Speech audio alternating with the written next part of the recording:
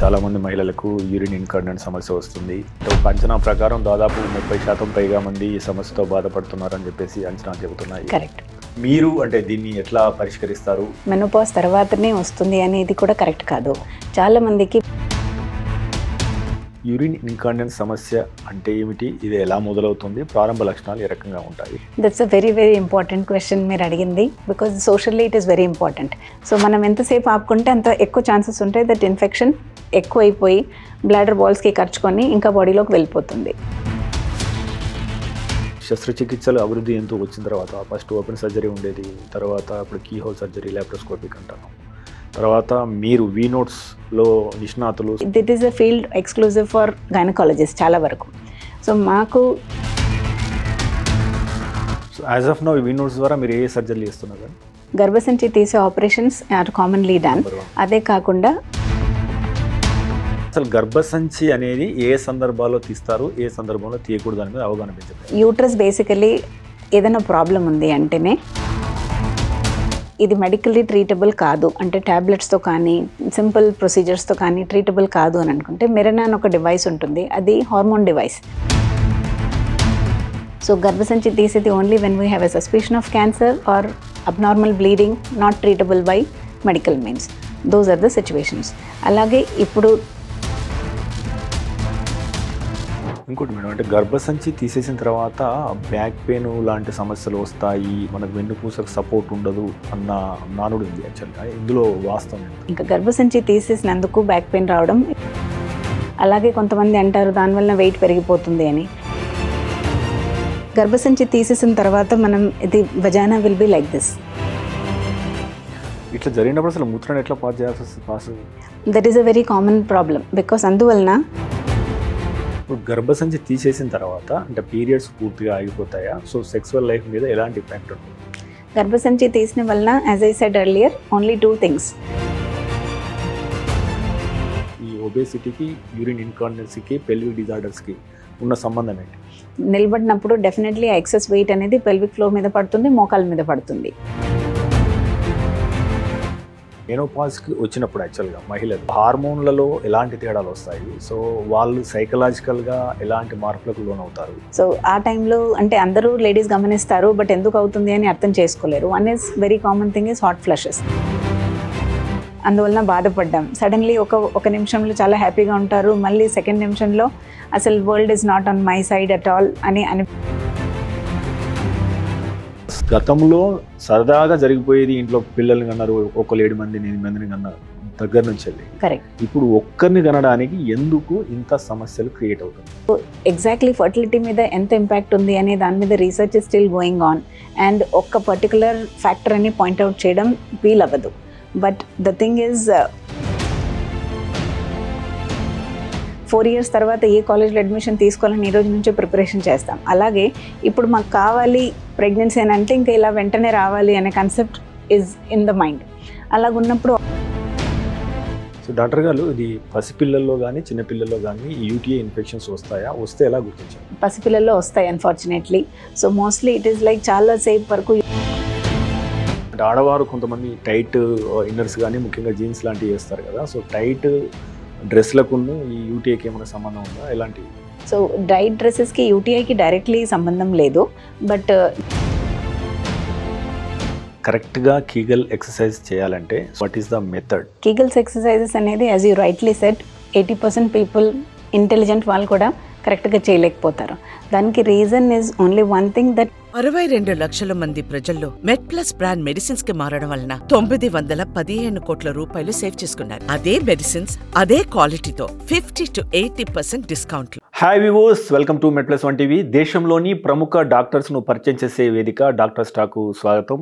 మనతో ఈరోజు మరొక స్పెషలిస్ట్ ఉన్నారు, యూరో గైనకాలజిస్ట్. అదే రకంగా వీనోట్ సర్జరీ అంటాము. ఇది మనకు ఘాట్ లేకుండా చేసే సర్జరీ. ఇలాంటి సర్జరీలు చేసే దేశంలో అతి కొద్ది మంది డాక్టర్లో తను ఒకరు. అదే రకంగా మెనోపాజ్ దాటిన వాళ్ళలో ఆల్మోస్ట్ ఒక 30 to 40% people are suffering with urine incontinence, మూత్రాన్ని ఆపుకోలేకపోవడం, ఈ వ్యాధితో బాధపడుతున్నారు. అదే రకంగా పెల్విక్ ఫ్లోర్ డిజార్డర్స్ ఇవి పెరిగిపోతున్నాయి. సో ఈ నేపథ్యంలో మనం ప్రివెంటివ్గా ఏం చేయొచ్చు, ప్రస్తుతం అందుబాటులో ఉన్న ఆధునిక చికిత్సా విధానాలు ఏంటి అనే అంశాలను డాక్టర్ గారిని అడిగి తెలుసుకుందాం. డాక్టర్ నిర్మల గారు నమస్తే అండి. నమస్తే. సబ్జెక్ట్లోకి వెళ్ళే ముందు మీ గురించి చెప్పండి. మీరు MBBS MD అదే రకంగా ఈ euro gynaec sub speciality super speciality ఎక్కడ చేశారు, ఎంతమంది ఉన్నారు భారతదేశంలో అంటే ఈ విభాగంలో? ఎట్లా యూరో గైనకాలజిస్ట్ అనే వాళ్ళు కొంచెం తక్కువ మంది ఉన్నారు. ఎగ్జాక్ట్ నెంబర్ నాకు తెలియదు. బికాజ్ ఈ మధ్య చాలా మంది డాక్టర్స్ ఈ ఫీల్డ్లో ఇంట్రెస్ట్ తీసుకొని ట్రైనింగ్ తీసుకుంటున్నారు. అందువల్లనే నంబర్స్ కూడా ఎక్కువ అవుతున్నాయి. అండ్ అది చాలా అవసరం కూడా. బికాజ్ యూరో గైనకాలజీ అనేది గైనకాలజీలో ఒక సబ్ స్పెషలైజేషన్ మీన్స్ దట్ ఒక పర్టికులర్ ఫీల్డ్లో ఎక్కువ రీసెర్చ్ ఇంకా స్టడీ ఇంకా సర్వీసెస్ అన్నీ అవసరం ఉన్నాయి. బట్ అవి సోఫార్ ఫర్ వేరియస్ రీజన్స్ ఇండియాలో ఇగ్నోర్డ్ ఉన్నాయి. బికాజ్ మన ఇండిపెండెన్స్ తర్వాత నుంచి చాలా వరకు ఫోకస్ మార్టాలిటీ మీద ఉండింది. Mortality in the sense around the time of delivery చాలామంది మదర్స్ ఇంకా చాలామంది బేబీస్ చనిపోయేవారు. అదంతా ఫస్ట్ కరెక్ట్ చేయడం was more important. I'm sure that was one of the reasons. అందువల్లనే ఈ problems which were considered like ఏజ్తో నార్మల్గా చాలామందికి వస్తాయి, యూరిన్ కంట్రోల్ లేకపోతే ఏమవుతుంది, ప్రాణానికి ఏం భయం లేదు కదా అని ఇగ్నోర్ చేసేసేవారు. అదే ప్రకారంగా ఆడవాళ్ళు సొంతంగానే చెప్పుకునే వాళ్ళు కాదు. ఓన్లీ ఇంకా మన లైఫ్ అయిపోవడానికి వచ్చింది, ఎందుకు చెప్పుకోవాలి, ఉన్నది అలాగే మేనేజ్ అయిపోతుంది కదా అని అనుకుంటూ ఇంకా ట్రీట్మెంట్స్ లేవు అని ఒక మైండ్లో కన్సెప్ట్ ఉంచుకొని ఎవరితో చెప్పకపోవడం, అది ఒక main reason why help was not ever searched for, help was not available. అదే వలన డాక్టర్స్ కూడా ఆబ్వియస్లీ నీడ్ లేదు అని అనుకుని దాని మీద ఎక్కువ టైమ్ అండ్ ఎనర్జీ స్పెండ్ చేసేవారు కాదు. That is why I feel that uro gynaecology అనే ఫీల్డ్ ఇండియాలో పెద్దగా డెవలప్ అవ్వలేదు. But today so many years after independence it is ప్రతి ఫీల్డ్లో మనం ప్రోగ్రెస్ చేయాలి, వికాస్ చేయాలి అనేది మన perspective. So not only that reason, as specialists in this field, the responsibility that we identify the problems which need special attention and make services available for everyone. So అదే ఇంటెన్షన్తో నేను 10 years నా gynaecology practice తర్వాత urogynaecology ఫీల్డ్లో step చేశాను. So I was lucky, doctor Anuradha Koduri అనే నా mentor. ఆవిడ basically Indian from Hyderabad, కానీ యూఎస్లో ట్రైనింగ్ తీసుకున్నారు. ఆవిడ ఇండియాకు వచ్చేసి ఇక్కడ యూరో గైనకాలజీ అనే డిపార్ట్మెంట్ అనే సబ్ స్పెషలైజేషన్ ఇంట్రొడ్యూస్ చేశారు. ఐ వాజ్ లక్కీ దట్ నేను మేడంతో అసోసియేట్ అయ్యి ఈ ఫీల్డ్లో 4-5 years నేర్చుకున్నాను. అదే ప్రకారంగా ఒకటి ఇంటర్నేషనల్ యూరో గైనకాలజీ అసోసియేషన్ అనేది బాడీకి నేను మెంబర్ని. దాని ద్వారా ఐ గాట్ స్కాలర్షిప్స్. అండ్ అందువలన నేను యూకేలో కొన్ని ఫేమస్ ఏ సెంటర్స్ ఉన్నాయో which are dedicated for this branch, అక్కడ నేను ట్రైనింగ్ తీసుకోగలిగాను. అదే విధానంగా యూఎస్లో 2 డిఫరెంట్ యూనివర్సిటీస్లో వేరే వేరే టైంలో మావి కొంచెం కొన్ని రీసెర్చ్ పేపర్స్ యాక్సెప్ట్ అయినందుకు ఐ కుడ్ గో దేర్. అదే కపుల్ చేసుకొని ఆ టైంలో I could do some more observership programmes. So different universities నుంచి కొన్ని స్టాల్వర్డ్స్తో నేర్చుకొని I'm happy to say that I could get lot of expertise to our country. So మన దేశంలో అదంతా ఎక్స్పర్టీస్ తీసుకొచ్చి మన వాళ్ళ కోసం ఈ నాలెడ్జ్ నేను యూజ్ చేయగలుగుతాను, మన వాళ్ళకి హెల్ప్ చేయగలుగుతాను అనేది ఆపర్చునిటీ నాకు వచ్చింది. ఇప్పుడు యూరో గైనకాలజీ అనే ప్రాబ్లమ్స్ మీరు ఎలాగ డిస్క్రైబ్ చేశారో అవి చాలా అవసరం that we take them to the public. I think this TV show is also meant for that services అనేటివి అందరికీ తెలియాలి అండ్ అవసరం ఉన్న వాళ్ళు హెల్ప్ తీసుకోగలగాలి. డాక్టర్ నిర్మల గారు, సో మీరు అన్నట్టు యాక్చువల్గా ఇప్పుడు మెనోపాజ్ తర్వాత చాలా మంది మహిళలకు యూరిన్ ఇన్కాంటినెన్స్ సమస్య వస్తుంది. అంటే ఒక అంచనా ప్రకారం దాదాపు 30% పైగా మంది ఈ సమస్యతో బాధపడుతున్నారు అని చెప్పేసి అంచనాలు చెబుతున్నాయి. కరెక్ట్. కానీ బాధపడే వాళ్ళు 93% మంది డాక్టర్ని కలవడం లేదు అని కూడా చెప్తున్నాయి. ట్రూ. సిగ్గు కావచ్చు, బిడియం కావచ్చు, సో మీరన్న కారణాలు కావచ్చు. మీరు అంటే దీన్ని ఎట్లా పరిష్కరిస్తారు? యూరిన్ ఇన్కాంటినెన్స్ సమస్య అనేది ఆఫ్టర్ మెనోపాజ్ ఎందుకు వస్తుంది? మీ దగ్గరకు వచ్చే కేసులు ఏంటి? చికిత్స విధానాలు ఎలా ఉంటాయి? ఓకే, సో ఫస్ట్ థింగ్ నేను ఏం చెప్పదలుచుకున్నాను, మెనోపాజ్ తర్వాతనే వస్తుంది అనేది కూడా కరెక్ట్ కాదు. చాలా మందికి before menopause like even 30 years వయసులో 40 years వయసులో చాలా మందికి ప్రాబ్లం ఉంటుంది. దాని రకరకాల టైప్స్ ఉంటాయి. సో ఈ టైప్స్ అనేది నేను డీటెయిల్స్లో మళ్ళీ వెళ్ళొచ్చు. But first of all menopause అనేది డెఫినెట్లీ ఒక ప్రెసిపిటేటింగ్ ఫ్యాక్టర్. అంటే మెనోపాజ్లో బేసికలీ అయ్యేది ఏంటి, పీరియడ్స్ ఆగిపోతాయి, అంటే హార్మోన్ సైకిల్ స్టాప్ అయిపోద్ది. ఈ హార్మోన్స్ అనేటివి ఓన్లీ యవ్వనం కోసం అనే కాదు, మజిల్ స్ట్రెంగ్త్ కోసం, ఓవరాల్ వైటాలిటీ కోసం, మెన్స్ట్రల్ సైకిల్స్ కోసం అన్నిటికీ ఇంపార్టెంట్. సో ఈ హార్మోన్స్ తగ్గిపోయినప్పుడు ఇది మసిల్ స్ట్రెంగ్త్ అనేది, అంటే it is not the skeletal muscle strength, అంటే మనం ఇలాగా వెయిట్ లిఫ్ట్ చేసి మసిల్ స్ట్రెంగ్త్ బిల్డ్ చేసుకుంటాం, అదొకటే కాకుండా pelvic floor, basically pelvic floor అని అంటే it is a network of muscles. అవి 3 మేజర్ ఆర్గన్ సిస్టమ్స్ని హోల్డ్ చేస్తాయి కింద భాగంలో. Where we sit. ఆ కింది భాగంలో యూట్రస్ అనేది మధ్యలో ఉంటుంది, గర్భసంచి. దానికి ఫ్రంట్లో మూత్రపు సంచి, దట్ ఈస్ బ్లాడర్. ఇంకా జస్ట్ దాని వెనకాల మోషన్ వచ్చే tube, that is the rectum.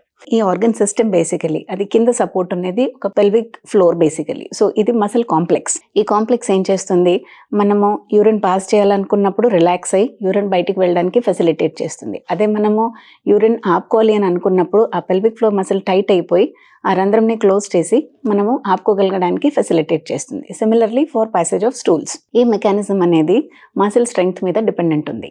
After menopause ఈ మజిల్ స్ట్రెంగ్త్ అనేది కొంచెం లూజ్ అయిపోతుంది. దానికి ఇంకా కంట్రిబ్యూట్ చేసేది డెలివరీ అయినప్పుడు ఏదైనా damage. So it is not just normal delivery, even the pregnancy it self. ప్రెగ్నెన్సీలో ఏ చేంజెస్ అవుతాయి బాడీలో, దాని ఎఫెక్ట్ అంతా ఈ పెల్విక్ ఫ్లోర్ మసిల్స్ మీద పడుతుంది. ఈ రీజన్తో సిజేరియన్ సెక్షన్ అయినా కూడా there is some damage to the pelvic floor. Normal delivery అయినా కొంచెం ఎక్కువ damage is expected. I do not mean to say that normal డెలివరీతో డెఫినెట్లీ డిసడ్వాంటేజ్ అని. పాతకాలంలో చాలామంది పిల్లలు పుట్టేవారు, ఇంట్లో హోమ్ డెలివరీస్ అయినా అన్ని నార్మల్ డెలివరీస్ అయినా వాళ్ళందరికీ ఇన్కాంటినెన్స్ ప్రాబ్లం కానీ ప్రొలాప్స్ కానీ అవ్వదు. ప్రొలాప్స్ అంటే గర్భసంచి జారిపోవడం ఆర్ మూత్రపు సంచి జారిపోవడం or with or without the motion passage. So ఈ prolapse and incontinence is not universal. చాలా వరకు మనం అదే పాత టైమ్స్తో పోల్చుకుంటే ఈ మధ్యలో perhaps the kind of diet and perhaps the kind of physical activity. పాతకాలంలో అందరూ ఫిజికల్లీ యాక్టివ్ ఉండేవాళ్ళు. అంటే as the technology has progressed మన కష్టాలు తగ్గిపోయాయి, ఫిజికల్ కష్టాలు తగ్గిపోయాయి, మెంటల్ వరీస్ ఎక్కువైపోయాయి. So that's a different thing. But here physical exercises తగ్గిపోయినందుకు like కింద కూర్చొని టాయిలెట్కి వెళ్ళడం, కింద కూర్చొని రోల్ రుబ్బడం, ఇవన్నీ కొన్ని విషయాలు అవి రెండు విధాలుగా హెల్ప్ఫుల్ ఉంటాయి. ఒక్కొక్కసారి అది ప్రెషర్ ఎక్కువ పెడుతుంది, ఒక్కొక్కసారి అది ఎక్సర్సైజ్ చేపిస్తుంది. సో అది జుడిషియస్లీ అర్థం చేసుకొని చేస్తే ఇట్ ఈస్ ఎ బెనిఫిట్. కానీ ఎక్సెసివ్గా చేసి at the wrong times like immediately after delivery if we do something which puts pressure down like excessive weight lifting post delivery టైంలో చేస్తే ఆబ్వియస్లీ జారడానికి అవకాశాలు ఎక్కువైపోతాయి. ఆ టైంలో జాగ్రత్త పడి లైక్ ఒకప్పుడు పెద్దవాళ్ళు చెప్పేవాళ్ళు బాలింత 3 నెలలు ఏం పని చేయొద్దని. దానికి రీజన్ అంటే ఊరికే బెడ్ రెస్ట్ అని కాదు, పెల్విక్ ఫ్లోర్ మీద ఎక్సెసివ్ వెయిట్ పడొద్దు అని. కానీ ఈ మధ్య దానికి మిస్ఇంటర్ప్రిట్ చేసుకొని రిచువల్స్ ఆర్ బీయింగ్ ఫాలోడ్. అది కరెక్ట్ కాదు. Now we say that after delivery 3 monthsలో you go to the exercise regime. అంటే జిమ్కి వెళ్ళి వెయిట్స్ లిఫ్ట్ చేయడం కాదు, it is pelvic floor exercises. Pelvic floor అదే ఆ నెట్వర్క్ ఆఫ్ మసిల్స్ని టు స్ట్రెంగ్థెన్. దానికి స్ట్రెంగ్థెనింగ్కి ఒక టెక్నిక్ ఉంటుంది. Simple one is called Kegels exercises. So Kegels exercises are like 10 seconds tight, 10 seconds loose. So ఇది ఎంత ఈజీగా చెప్తున్నామో అంత ఈజీగా అందరికీ అర్థం అవ్వదు. సో యూజువల్లీ మనం అలాగే చెప్తే you end up holding 10 seconds breath, then releasing the breath for 10 seconds. అది కాదు. పెల్విక్ ఫ్లోర్ ఎక్సర్సైజ్లో బ్రీదింగ్ నార్మల్గా ఉంటుంది. ఓన్లీ ద కింద floor pelvic floor should be contracting and relaxing. ఈ సిచ్యువేషన్ అర్థం చేయడం చాలా ఈజీ కాదు. ఈవెన్ లైక్ చాలా ఎడ్యుకేటెడ్ వాళ్ళు కూడా కరెక్ట్గా అర్థం చేసుకోలేరు. So it is not about your intelligence or education level, it is basically the training. So నేనేం రికమెండ్ చేస్తానంటే ఫిజియోథెరపిస్ట్ దగ్గర కనీసం 1 or 2 sessions తీసుకుంటే ఎనీబడి విల్ అండర్స్టాండ్ ఈ ఎక్సర్సైజెస్ ఎలా చేయాలి అని. ఆ విధానంగా ఈ ప్రాబ్లమ్స్తో చాలా వరకు మనం ప్రివెన్షన్గా చేసుకోవచ్చు. మనం యూరిన్ ఇన్కాంటినెంట్ అంటున్నాము. యూరిన్ ఇన్కాంటినెన్స్ సమస్య అంటే ఏమిటి, ఇది ఎలా మొదలవుతుంది, ప్రారంభ లక్షణాలు ఏ రకంగా ఉంటాయి, ఎప్పుడు డాక్టర్ని కలవాలి? రైట్. సో యూరినరీ ఇన్కాంటినెన్స్ అనేది బ్రాడ్లీ 2 typesలో మనం డివైడ్ చేసుకోవచ్చు. One is called stress incontinence, another is called urgency incontinence. So ఈ నేమ్స్తోనే చెప్పొచ్చు. స్ట్రెస్ అంటే ఎప్పుడైనా కడుపులో ప్రెషర్ ఎక్కువైనప్పుడు, లైక్ దగ్గొచ్చినా, తుమ్మినా, గట్టిగా నవ్వినా ఆర్ ఒంగేసి ఏదైనా వెయిట్ లిఫ్ట్ చేయాలని ప్రయత్నం చేసినా కడుపులో ప్రెషర్ ఎక్కువ అవుతుంది. ఆ టైంలో యూరిన్ కంట్రోల్ లేకుండా కొంచెం కారిపోతుంది. సో ఆ కండిషన్ని స్ట్రెస్ ఇన్కాంటినెన్స్ అంటాం. ఇది చాలా common, particularly in the age group between 35 and 55. పెద్ద ఏజ్లో కూడా అవ్వచ్చు, కానీ ఈ ఏజ్లో అది చాలా డిస్ట్రెసింగ్గా ఉంటుంది. Because there are so many things, ఎన్నో బాధ్యతలు ఉంటాయి. ఆ మధ్యలో ఇలాగ అవ్వడం, అదే కాకుండా సెక్షువల్ లైఫ్లో కూడా దీంతో ప్రాబ్లం అవ్వచ్చు. సో ఈ కండిషన్ని స్ట్రెస్ ఇన్కాంటినెన్స్ అంటాము. The other type is urgency incontinence. దాన్ని మెడికల్ టర్మ్స్లో ఓవర్ యాక్టివ్ బ్లాడర్ అంటాం. ఈ అర్జెన్సీ అనే సిచ్యువేషన్ బేసికల్లీ ఆ నేమ్తోనే తెలుస్తుంది. బాత్రూమ్ వెళ్ళాలి అనే థాట్ రాగానే బాత్రూమ్ వెళ్ళే వరకు కూడా ఆపుకోలేరు. సో పరిగెత్తుకుంటూ వెళ్ళాలి, లేకపోతే ఇలా పట్టుకొని వెళ్ళాలి. అది పట్టుకొని వెళ్ళినా కూడా కొన్ని డ్రాప్స్ పడిపోతాయి. బాత్రూమ్ డోర్ ఓపెన్ చేసుకొని till they are ready to sit on the toilet seat అంతవరకే కారిపోతుంది. అది కొన్ని డ్రాప్స్ అవ్వచ్చు, అదే సమయానికి ట్రీట్మెంట్ తీసుకోకపోతే వర్సన్ అయిపోయి అంత యూరిన్ దారిలోనే పడిపోయే కేసెస్ ఎన్నో ఉన్నాయి. అది పర్టికులర్లీ ఈ కండిషన్ గుర్తించక ఇగ్నోర్ చేస్తూ చాలామంది పెద్దవాళ్ళ ఇంట్లో వాళ్ళ ఫ్యామిలీ వాళ్ళు తీసుకొని వస్తారు. ఏంటి అని అంటే ఆవిడ లేసి సోఫా నుంచి బాత్రూమ్ వెళ్ళే వరకు దారంతా యూరిన్ పడుతుంది, రూమ్ అంతా స్మెల్ వస్తుంది. అది అడిగితే స్టిల్ ఆడవాళ్ళు పెద్దవాళ్ళు డినై చేస్తారు, లేదు లేదు నాకు అసలు ఏం ప్రాబ్లం లేదని. అది ఫస్ట్ యాటిట్యూడ్ మార్చుకోవాలి. ప్రాబ్లం ఉన్నది we have to accept that problem ఉంది, సో మనం ట్రీట్మెంట్ తీసుకోవాలి. సో ఇవన్నీ ట్రీట్మెంట్స్ అనేటివి quite simple. So over active బ్లాడర్కి కొన్ని రీజన్స్ వేరేగా ఉంటాయి దాని మెకానిజం. స్ట్రెస్ అండ్ కాంటినెన్స్కి ఇందాక నేను చెప్పాను that pelvic floor muscle weakness is the main reason. So అలాగే పెల్విక్ ఫ్లోర్ స్ట్రెంగ్థనింగ్ చేస్తే స్ట్రెస్ అండ్ కాంటినెన్స్కి చాలా వరకు హెల్ప్ అవుతుంది. ఇంకా అడ్వాన్స్డ్ సిచ్యువేషన్స్లో చిన్న సర్జరీస్ అవసరం పడతాయి. సో నేను స్ట్రెస్ అండ్ కాంటినెన్స్ గురించి ఫస్ట్ చెప్తాను. So first line of treatment is physiotherapy for pelvic floor strengthening. అది సరిగా అండర్ సూపర్విజన్ చేసి రిజల్ట్ రాలేనప్పుడు అప్పుడు వీ గో ఫర్ సర్జరీ.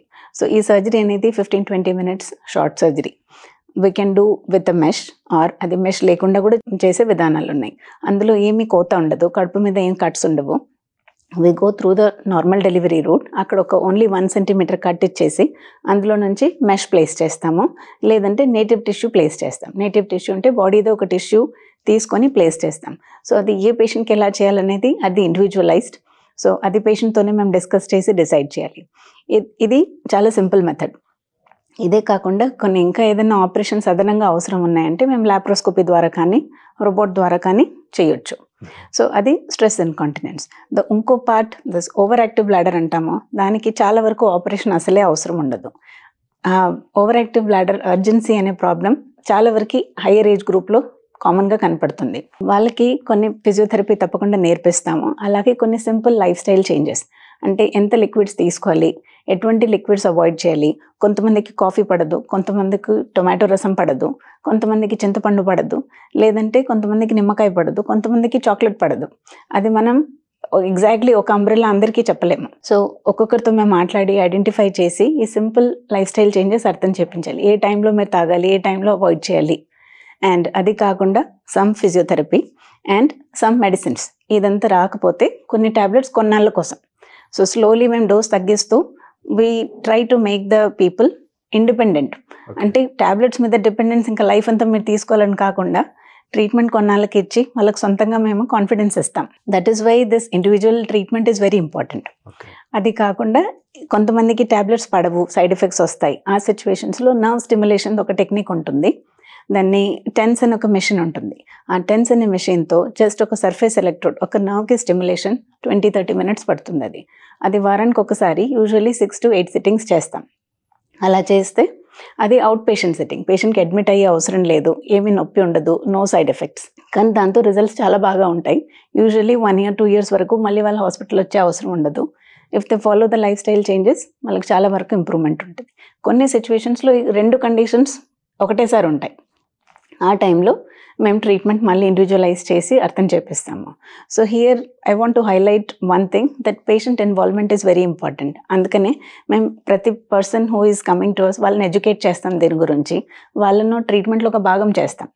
అప్పుడు రెస్పాన్సిబిలిటీ ఉంటుంది అండ్ ట్రీట్మెంట్ రిజల్ట్స్ చాలా బాగా వస్తాయి. విలువైన విశ్వసనీయమైన ఆరోగ్య సమాచారాన్ని అందించడానికి మనం మెడ్ప్లస్ 1 TVని ఏర్పాటు చేశాం. అనతి కాలంలోనే మనం 3 లక్షలకు పైగా సబ్స్క్రైబర్లు, అదే రకంగా 7 కోట్ల వ్యూస్ను సాధించుకున్నాం. మీ సహకారానికి ప్రత్యేక ధన్యవాదాలు. అయితే మన ఛానల్ చూస్తున్న వారిలో ఇప్పటికీ 94% పైగా మంది సబ్స్క్రైబ్ చేసుకోకుండానే చూస్తున్నారు. మీకు తెలుసు, మనం దేశంలో ఉన్న టాప్ డాక్టర్ను ఇంటర్వ్యూ చేస్తూ వస్తున్నాం. అదేవిధంగా అమెరికాలో ఉన్న టాప్ డాక్టర్స్ని ఎంతో మందిని ఇంటర్వ్యూ చేయడం ద్వారా మనం తెలుగులో ఎంతో విశ్వసనీయమైన ఆరోగ్య సమాచారాన్ని ఇస్తూ వస్తున్నాం. సో ఇలాంటి ఇంటర్వ్యూలు మరిన్ని చేయడానికి మాకు అవకాశం ఇవ్వడానికి మీరు ఛానల్ని సబ్స్క్రైబ్ చేసుకోండి. అదేవిధంగా ఈ ఛానల్ని సబ్స్క్రైబ్ చేసుకోవడం ద్వారా ఈ విలువైన సమాచారం ఏదైతే తెలుగులో ఉందో ఇది 10 మందికి చేరి వారికి కూడా ఉపయోగపడే అవకాశం ఉంటుంది.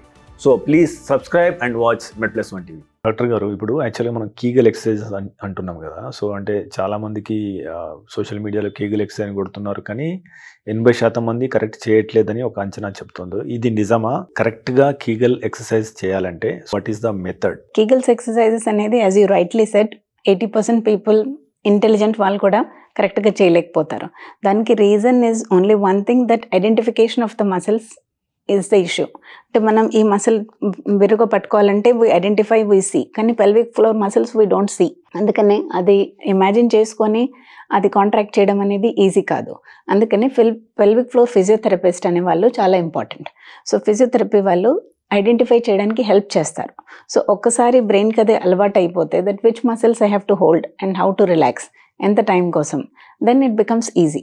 So I would say that you cannot do అని కాదు, లేకపోతే ఒక ప్రోబ్ లాంటిది or a finger can be put in to the orifice, అంటే న్యాచురల్ ఆరిఫిస్లో పెట్టేసుకొని దానికి టైట్నింగ్, రిలాక్సేషన్ చేసుకోవచ్చు. But I will still not recommend this method because under supervision ఏవి చేస్తామో అది కరెక్ట్గా అవుతుంది. సో దాని మీద చాలా సైంటిఫిక్ స్టడీస్ కూడా ఉన్నాయి. So self administered therapy is not the right therapy. Google చూసి మనం మెడిసిన్స్ ఓవర్ ద కౌంటర్ తీసుకోవడం, అలాగే ఎక్సర్సైజ్ మనం ఊరికే ఒక వీడియో చూసి చేసేయడం is never correct. So go to the specialist, take initial few training sessions, then you can do. So ఇప్పుడు ఈ యూరిన్ ఇన్కాంటినెన్స్ అనే సమస్య, ఈ మూత్రాన్ని ఆపుకోలేకపోవడం అనే సమస్య, మనకి ఇది గర్భం దాల్చినప్పుడు ముఖ్యంగా మనకు డెలివరీ అయిన సమయంలోనే ఎక్కువ అవడానికి కారణం ఉంది, అక్కడే మొదలవుతుంది అన్న సందేహం ఉంది.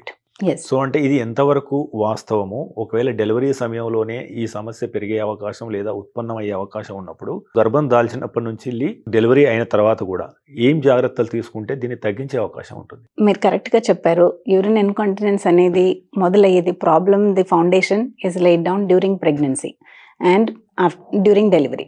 So caesarean section is a little bit protective but not completely protective. But caesarean section as such దానికి ఎన్నో ప్రాబ్లమ్స్ ఇంకా ఫ్యూచర్లో అవుతాయి. అందుకనే ఈ ప్రాబ్లంకి కరెక్షన్ మనం చేయడానికి చాలా విధానాలు ఉన్నాయి. అయ్యే కాంప్లికేషన్స్తో తప్పించుకోవడం is more difficult. Only for the information purpose, normal డెలివరీకి సిజేరియన్ సెక్షన్ కన్నా కొంచెం రిస్క్ ఎక్కువ ఉంటుంది only for incontinence. But this is not life threatening. Okay, అంటే లైఫ్కి డేంజర్ లేదు. సో నార్మల్ డెలివరీ ఇంకా డ్యూరింగ్ ప్రెగ్నెన్సీ ఏ చేంజెస్ అవుతాయో, డెలివరీ అప్పుడు కొంచెం ఇది డ్యామేజ్ అవుతుందో మసిల్స్కి, that is the reason for incontinence. So దానికి ప్రివెన్షన్ కోసం right from the beginning of pregnancy ఎప్పుడు తెలుస్తుందో ఆ టైం నుంచే డాక్టర్తో సలహా తీసుకొని ఫిజియోథెరపీ గైడెన్స్లో antenatal education and antenatal physiotherapy అనే కాన్సెప్ట్స్ ఉన్నాయి ఈ మధ్య. అది all of us should accept. దాంతోపాటు వీక్లీ ఆర్ మంత్లీ కొన్ని సెషన్స్ తీసుకొని పెల్విక్ ఫ్లోర్ స్ట్రెంగ్థనింగ్ ఉంటుంది. అంటే అది నార్మల్ డెలివరీకి ఫెసిలిటేట్ చేస్తుంది. సో దట్ యాక్సిడెంటల్లీ ఏదో ఇలాగా సినిమాలో చూస్తామో అలాగా అరిచేసి పుష్ చేసేస్తే అంత అయిపోతుందని అనుకోవడం తప్పు. దానికి ప్రిపరేషన్ ఉండాలి because it is all a scientific process. So pelvic floor ready అవుతే స్మూత్గా డెలివరీ అవుతుంది, బేబీకి డ్యామేజ్ అవ్వదు, తల్లికి డ్యామేజ్ అవ్వదు. సో దానికి కొన్ని అఫ్కోర్స్ డాక్టర్ చేసే, మిడ్వైస్ చేసే కొన్ని టెక్నిక్స్ ఉంటాయి.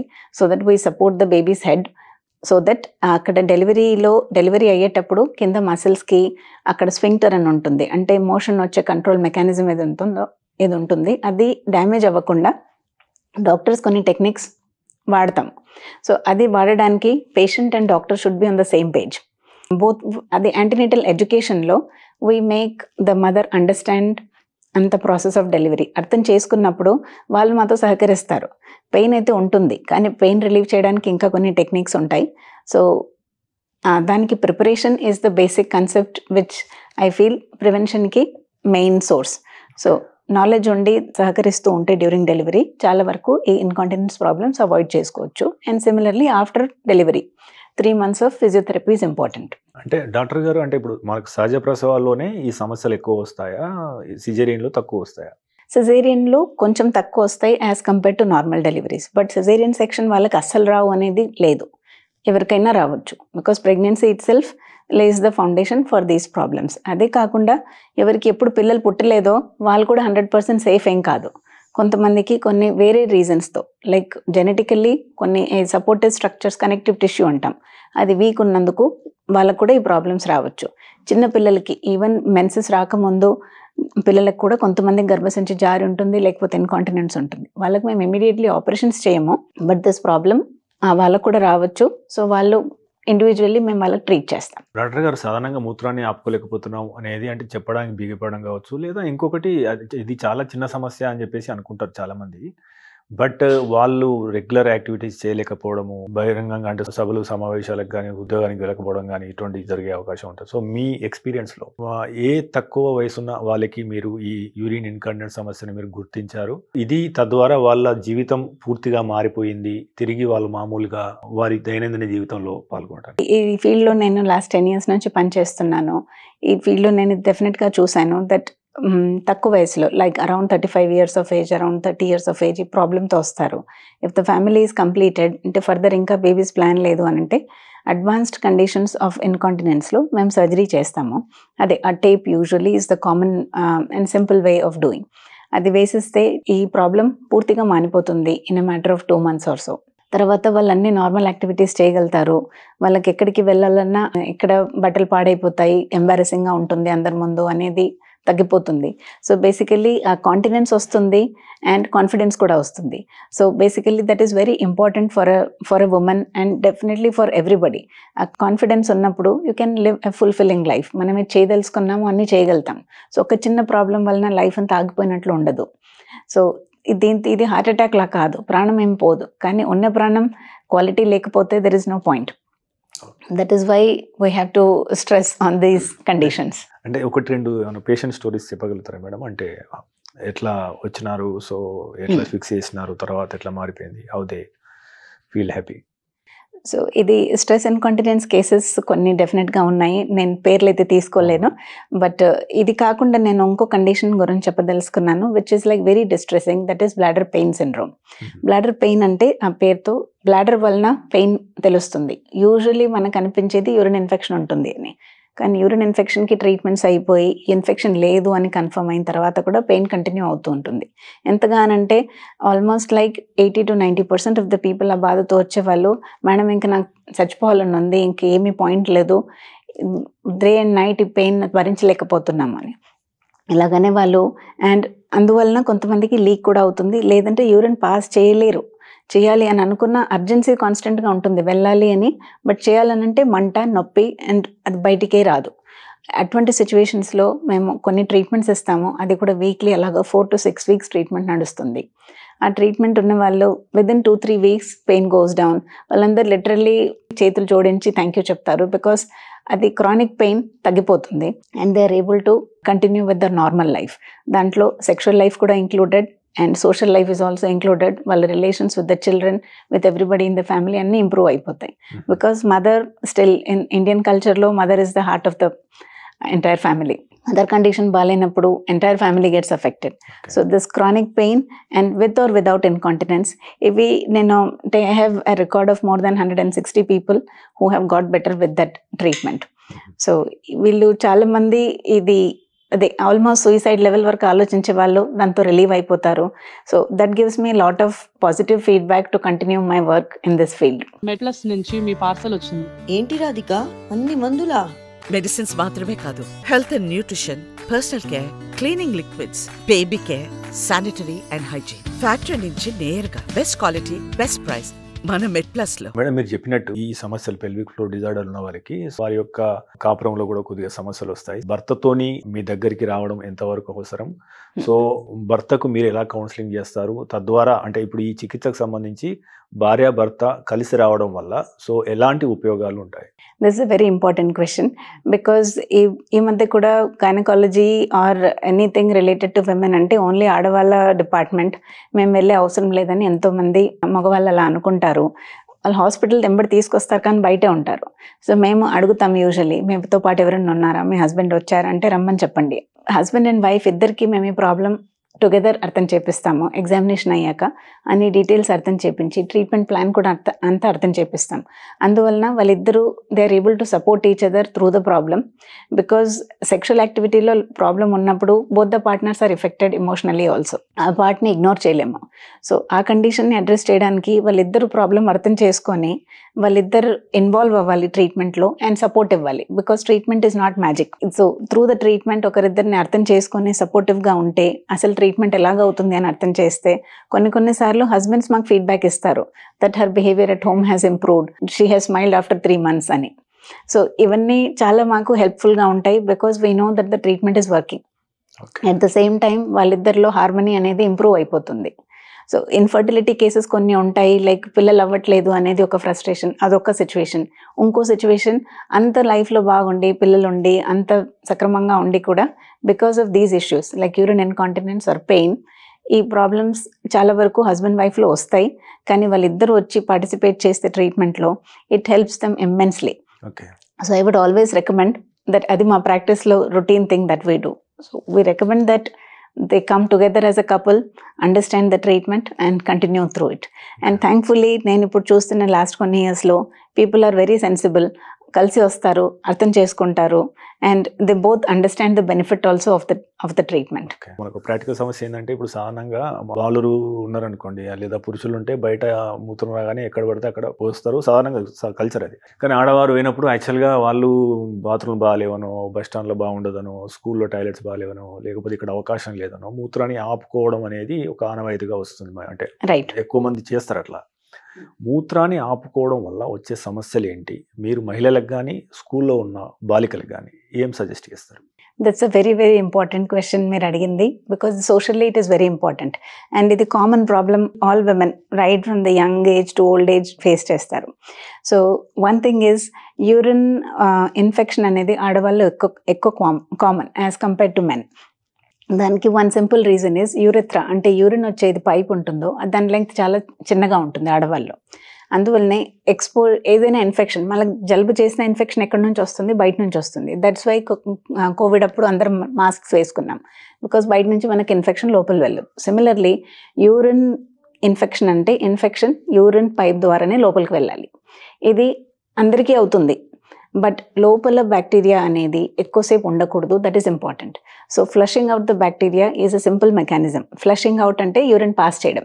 So once urine is passed, that 90% of the bacteria will be flushed out, unless వాళ్ళు ఏదైనా ఏమైనా కాంప్రమైజ్డ్ ఉండి ఏదైనా డ్రగ్స్ తీసుకుంటూ ఉండగా HIV ఉంటే అది వేరే పరిస్థితి. నార్మల్ వాళ్ళకి ఇన్ఫెక్షన్కి ఛాన్సెస్ ఉండవు. Diabetes is also high risk. So అలా లేని వాళ్ళకి బ్యాక్టీరియా అనేది లోపల అందరికీ వెళ్తుంది. But if you hold it for long, like 4 hours 5 hours, అదే ఫర్ సమ్ రీజన్, గవర్నమెంట్ స్కూల్స్లో పనిచేసే వాళ్ళు చాలామంది ఈ ప్రాబ్లం నాకు చెప్తారు. అక్కడ బాత్రూమ్స్ బాగాలేవు, ఆర్ ట్రావెలింగ్లో ఉన్నాము, అక్కడ పబ్లిక్ టాయిలెట్స్ బాగాలేవు, so we did not use, infection వస్తుందని భయంతో అని.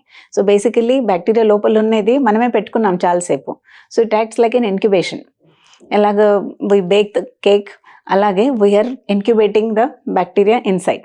సో మనం ఎంతసేపు ఆపుకుంటే అంత ఎక్కువ ఛాన్సెస్ ఉంటాయి దట్ ఇన్ఫెక్షన్ ఎక్కువైపోయి బ్లాడర్ వాల్స్కి ఖర్చుకొని ఇంకా బాడీలోకి వెళ్ళిపోతుంది.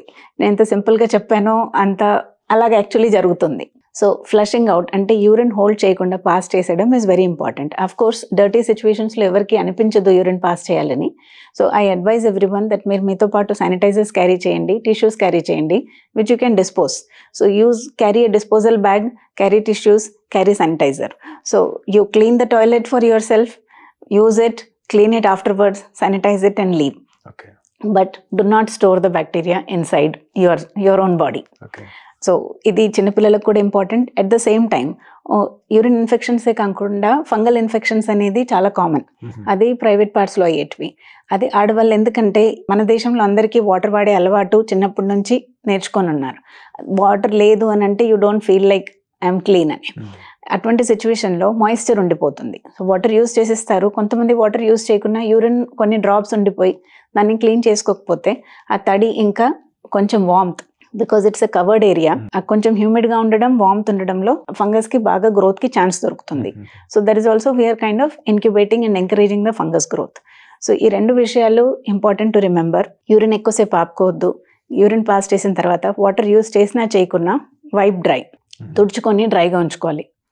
And as far as possible cotton innerwears వేసుకుంటే బ్రీదింగ్ ఉంటుంది, కొంచెం ఎయిర్ సర్క్యులేషన్ ఉంటుంది, అందువలన ఇన్ఫెక్షన్స్కి ఛాన్సెస్ తగ్గుతాయి.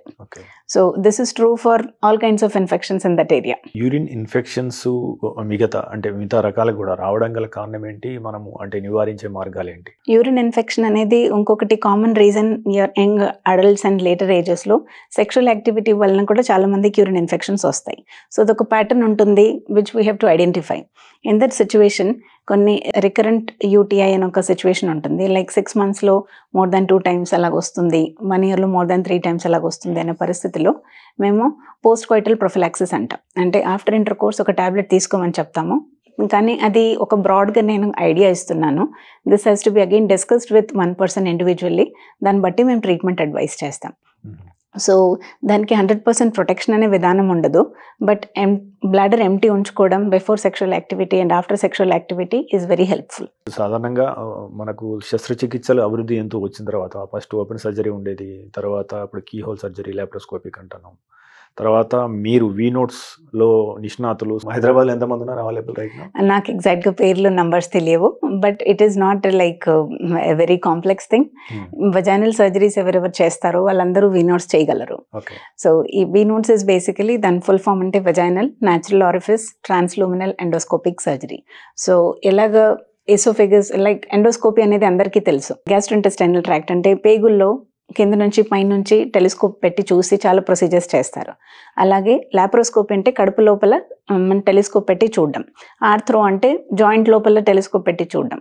సో ఈ లాప్రోస్కోపీ సర్జరీస్లో లైక్ కడుపులో ఏ ఆపరేషన్స్ ఉన్నా కూడా కన్వెన్షనల్లీ కడుపులో 4 రంధ్రాలు పెట్టి టెలిస్కోప్ అందులో నుంచి ఇన్స్ట్రుమెంట్స్ అందులో పెట్టి టీవీలో చూసుకుంటూ ఆపరేట్ చేస్తాం. సో అది conventional laparoscopy. But vaginal surgeons అంటే that is a field exclusive for gynaecologist చాలా వరకు.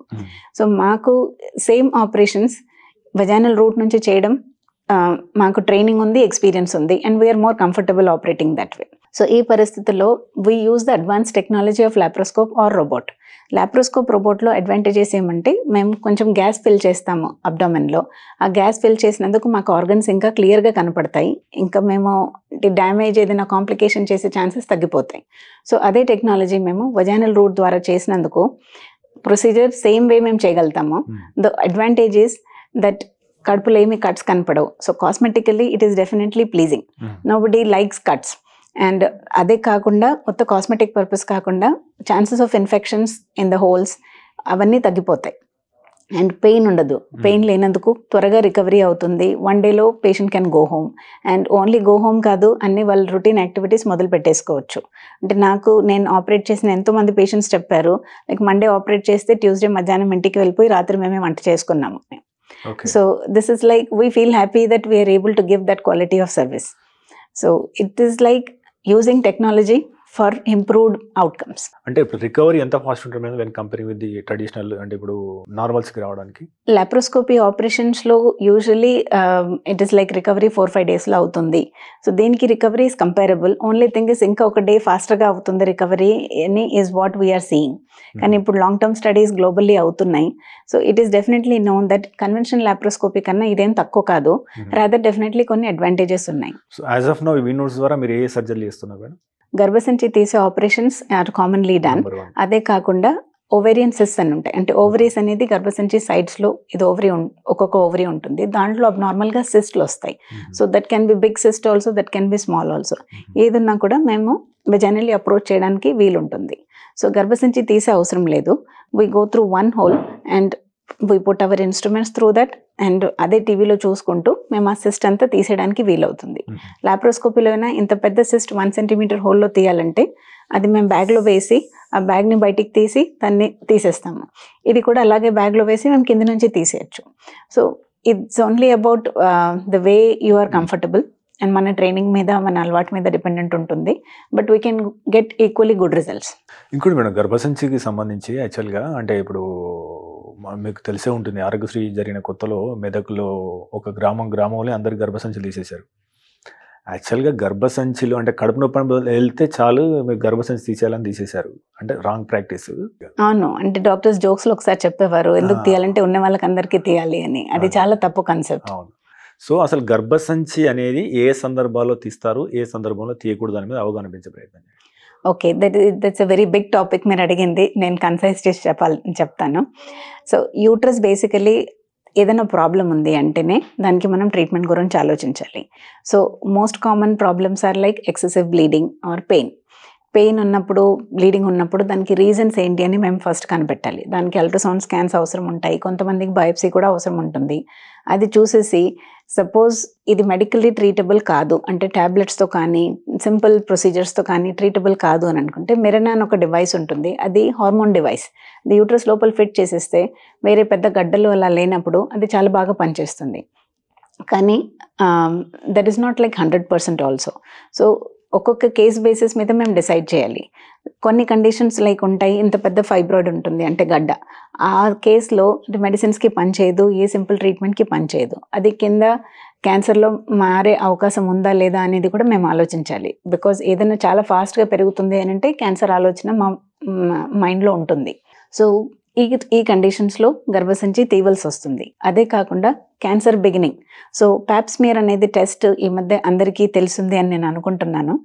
గర్భసంచి కింది భాగం ఏది సర్విక్స్ ఉంటుందో దానికి మేము యాన్యువల్లీ చిన్న ఏజ్లో ప్యాప్స్మియర్ అనే టెస్ట్ చేస్తాం. క్యాన్సర్ సర్విక్స్ అనేది ఒక వైరస్ వలన అవుతుంది, called human papilloma virus, HPV. So ఈ HPVకి టెస్టింగ్ అందరికీ రొటీన్లీ చేయరు, కానీ HPV అనేది almost 80-90% of the people sexual active ఉన్న వాళ్ళకందరికీ ఈ వైరస్ చేరుకుంటుంది, కానీ అందరికీ క్యాన్సర్ అవ్వదు. సో క్యాన్సర్ లాంటి మార్పులు ఏమైనా మొదలయ్యాయని కనిపెట్టడానికి ప్యాప్స్మియర్ అనే టెస్ట్ చేస్తాం. అది ఏజ్ గ్రూప్ till 45 యూజువల్లీ మేము once in 3 years చేస్తాము. ఆఫ్టర్ మెనోపాజ్ అనేది ఒకసారి చేసి అంత బాగుంది అని అంటే once in 5 years we repeat. So usually after 65 not sexually active ఉంటే అది చేయడానికి రికమెండేషన్ లేదు. సో ఈ స్మియర్స్ చేసినప్పుడు if we have a suspicion like ఏదో క్యాన్సర్ బిగినింగ్లో ఉంది అన్నప్పుడు డెఫినెట్లీ ఆ సర్విక్స్ మాత్రమే తీయాలా, యూట్రస్ అంతా తీయాలా అనేది ఒక పేషెంట్ బట్టి మేము డిసైడ్ చేసి చేస్తాం. సో యూట్రస్ తీయాలనేది మీరు చెప్పినట్లు అంటే ఇర్రేషనల్లీ చేయడం absolutely wrong, because any unnecessary operation can lead to another problem. So గర్భసంచి తీసేది only when we have a suspicion of cancer or abnormal bleeding not treatable by medical means. Those are the situations. అలాగే ఇప్పుడు 2 conditions నేను చెప్పదలుచుకున్నాను. Like uterus జారుతుంది ఒక్కొక్కసారి, so ఈ prolapse condition in the young age. ఇది యూట్రస్లో ఏం ప్రాబ్లం లేకపోయినా only the support system problem ఉన్నందుకు అది జారి ఉంటుంది. సో ఒకప్పుడు నేను చదువుకుంటున్నప్పుడు ఒక 15-20 years బ్యాక్ జారింది అని అంటే ఇంకా గర్భసంచి తీసేయడం ఒకటే సొల్యూషన్ అని చూసేవారు. అది పేషెంట్ సొంతంగా అడిగేవారు, జారింది కదా ఎందుకు ఉంచుకోవాలి అని. ఒక 6 months బ్యాక్ నేను పేషెంట్కి ఆపరేట్ చేశాను, వాళ్ళు కూడా అదే పేషెంట్ నా మాట అర్థం చేసుకున్నారు, గర్భసంచి తీసే అవసరం లేదు, ఫ్యామిలీ అంతా రేపు క్యాన్సర్ వస్తే ఏం చేస్తామని. అది ఓన్లీ 30 years. సో మేము చెప్తాం ఇంత తక్కువ ఏజ్కి we will not remove the uterus, ఇది జారిందో అది ఫిక్స్ చేసి పెట్టేద్దామని. So that needs a lot of understanding from the society also. ఇప్పుడు మనం ఫిక్స్డ్ కన్సెప్ట్స్ పెట్టుకొని ప్రతి ప్రాబ్లంకి లేదు మా అమ్మమ్మకి చేశారు ఆపరేషన్ క్యాన్సర్ వస్తుందని చెప్పి ఆ కాలంలో అందుకోసం ఈరోజు కూడా అదే కన్సెప్ట్ అంటే కరెక్ట్ కాదు. పక్కన ఉన్న మెడ్ప్లస్ స్టోర్కు వెళ్ళండి. మీ డాక్టర్ రాసిచ్చిన మెడిసిన్స్ అడగండి. అదే మెడిసిన్ మెడ్ప్లస్ బ్రాండ్ లో ఉందా అని చూడండి. కాంపోజిషన్ సేమ్ గా ఉందా అని చెక్ చేసుకోండి. అదే మెడిసిన్స్ అదే క్వాలిటీతో కానీ 50-80% డిస్కౌంట్ లో. ఇంకోటి మేడం, అంటే గర్భసంచి తీసేసిన తర్వాత బ్యాక్ పెయిన్ లాంటి సమస్యలు వస్తాయి, మనకు వెన్నుపూసకు సపోర్ట్ ఉండదు అన్న నానుడు ఉంది. యాక్చువల్గా ఇందులో వాస్తవం ఎంత? గర్భసంచి వలన వెన్నుపూసకు సపోర్ట్ ఉండదు. వెన్నుపూస సపోర్ట్ మీరు విన్నారా మేడం అసలు? ఇది చాలా మంది అడుగుతారు, దట్ ఈస్ ట్రూ. సో వెన్నపూసకు సపోర్ట్ గర్భసంచి వలన ఏం కాదు. గర్భసంచికి only 2 functions, menstrual cycles and child bearing, babies పుట్టడానికి. సో బేబీ పుట్టే ఫంక్షన్ అయిపోతే దానికి ఇంకేం పని లేదు అని తీసేయడం అనే కాన్సెప్ట్ కూడా తప్పు. కానీ when there is a problem, గర్భసంచికి వేరే ట్రీట్మెంట్స్ లేవు, ఇంకా ముందు ఏదో ప్రాబ్లం అవుతుంది అనే మనకు అవగాహన వచ్చినప్పుడు గర్భసంచి తీసేయడం ఈజ్ జస్టిఫైడ్. ఇంకా గర్భసంచి తీసేసినందుకు బ్యాక్ పెయిన్ రావడం ఈజ్ నాట్ కరెక్ట్. అలాగే కొంతమంది అంటారు దానివల్ల వెయిట్ పెరిగిపోతుంది అని.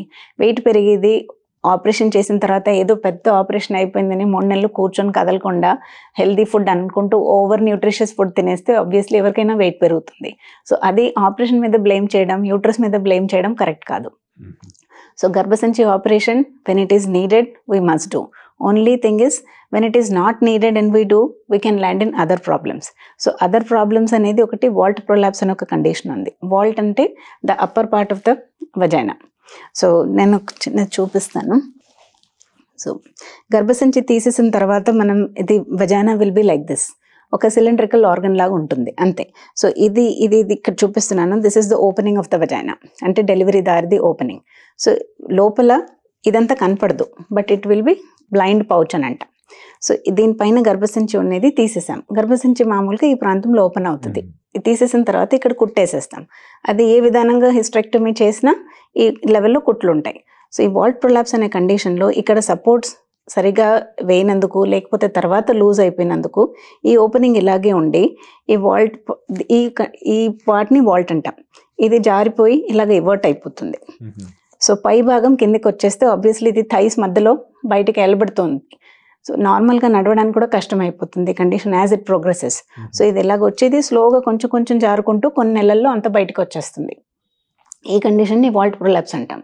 So this is a very common problem for తప్పు హిస్టరెక్టమీస్, unnecessary hysterectomies, or even the right hysterectomy done by the wrong people or not done correctly, or sometimes కొన్ని సిచ్యువేషన్స్లో స్టిచెస్ యూజ్ చేస్తామో అవి లూజ్ అయిపోతాయి, లేకపోతే కరిగిపోతాయి బిఫోర్ టైం. ఇట్లా జరిగినప్పుడు అసలు మూత్రాన్ని ఎట్లా పాస్ చేయాల్సి వస్తుంది? Pass that is a very common problem. Because అందువలన ఇది కిందికి వచ్చినప్పుడు దీంతో పాటు మూత్రం సంచి కూడా కొంచెం జారిపోతుంది. సో యూరిన్ పాస్ చేయడం అనేది కాన్స్టెంట్ డిఫికల్టీ. సో ఈ కండిషన్కి ట్రీట్మెంట్ అనేది మేము చాలా వరకు చేస్తాము.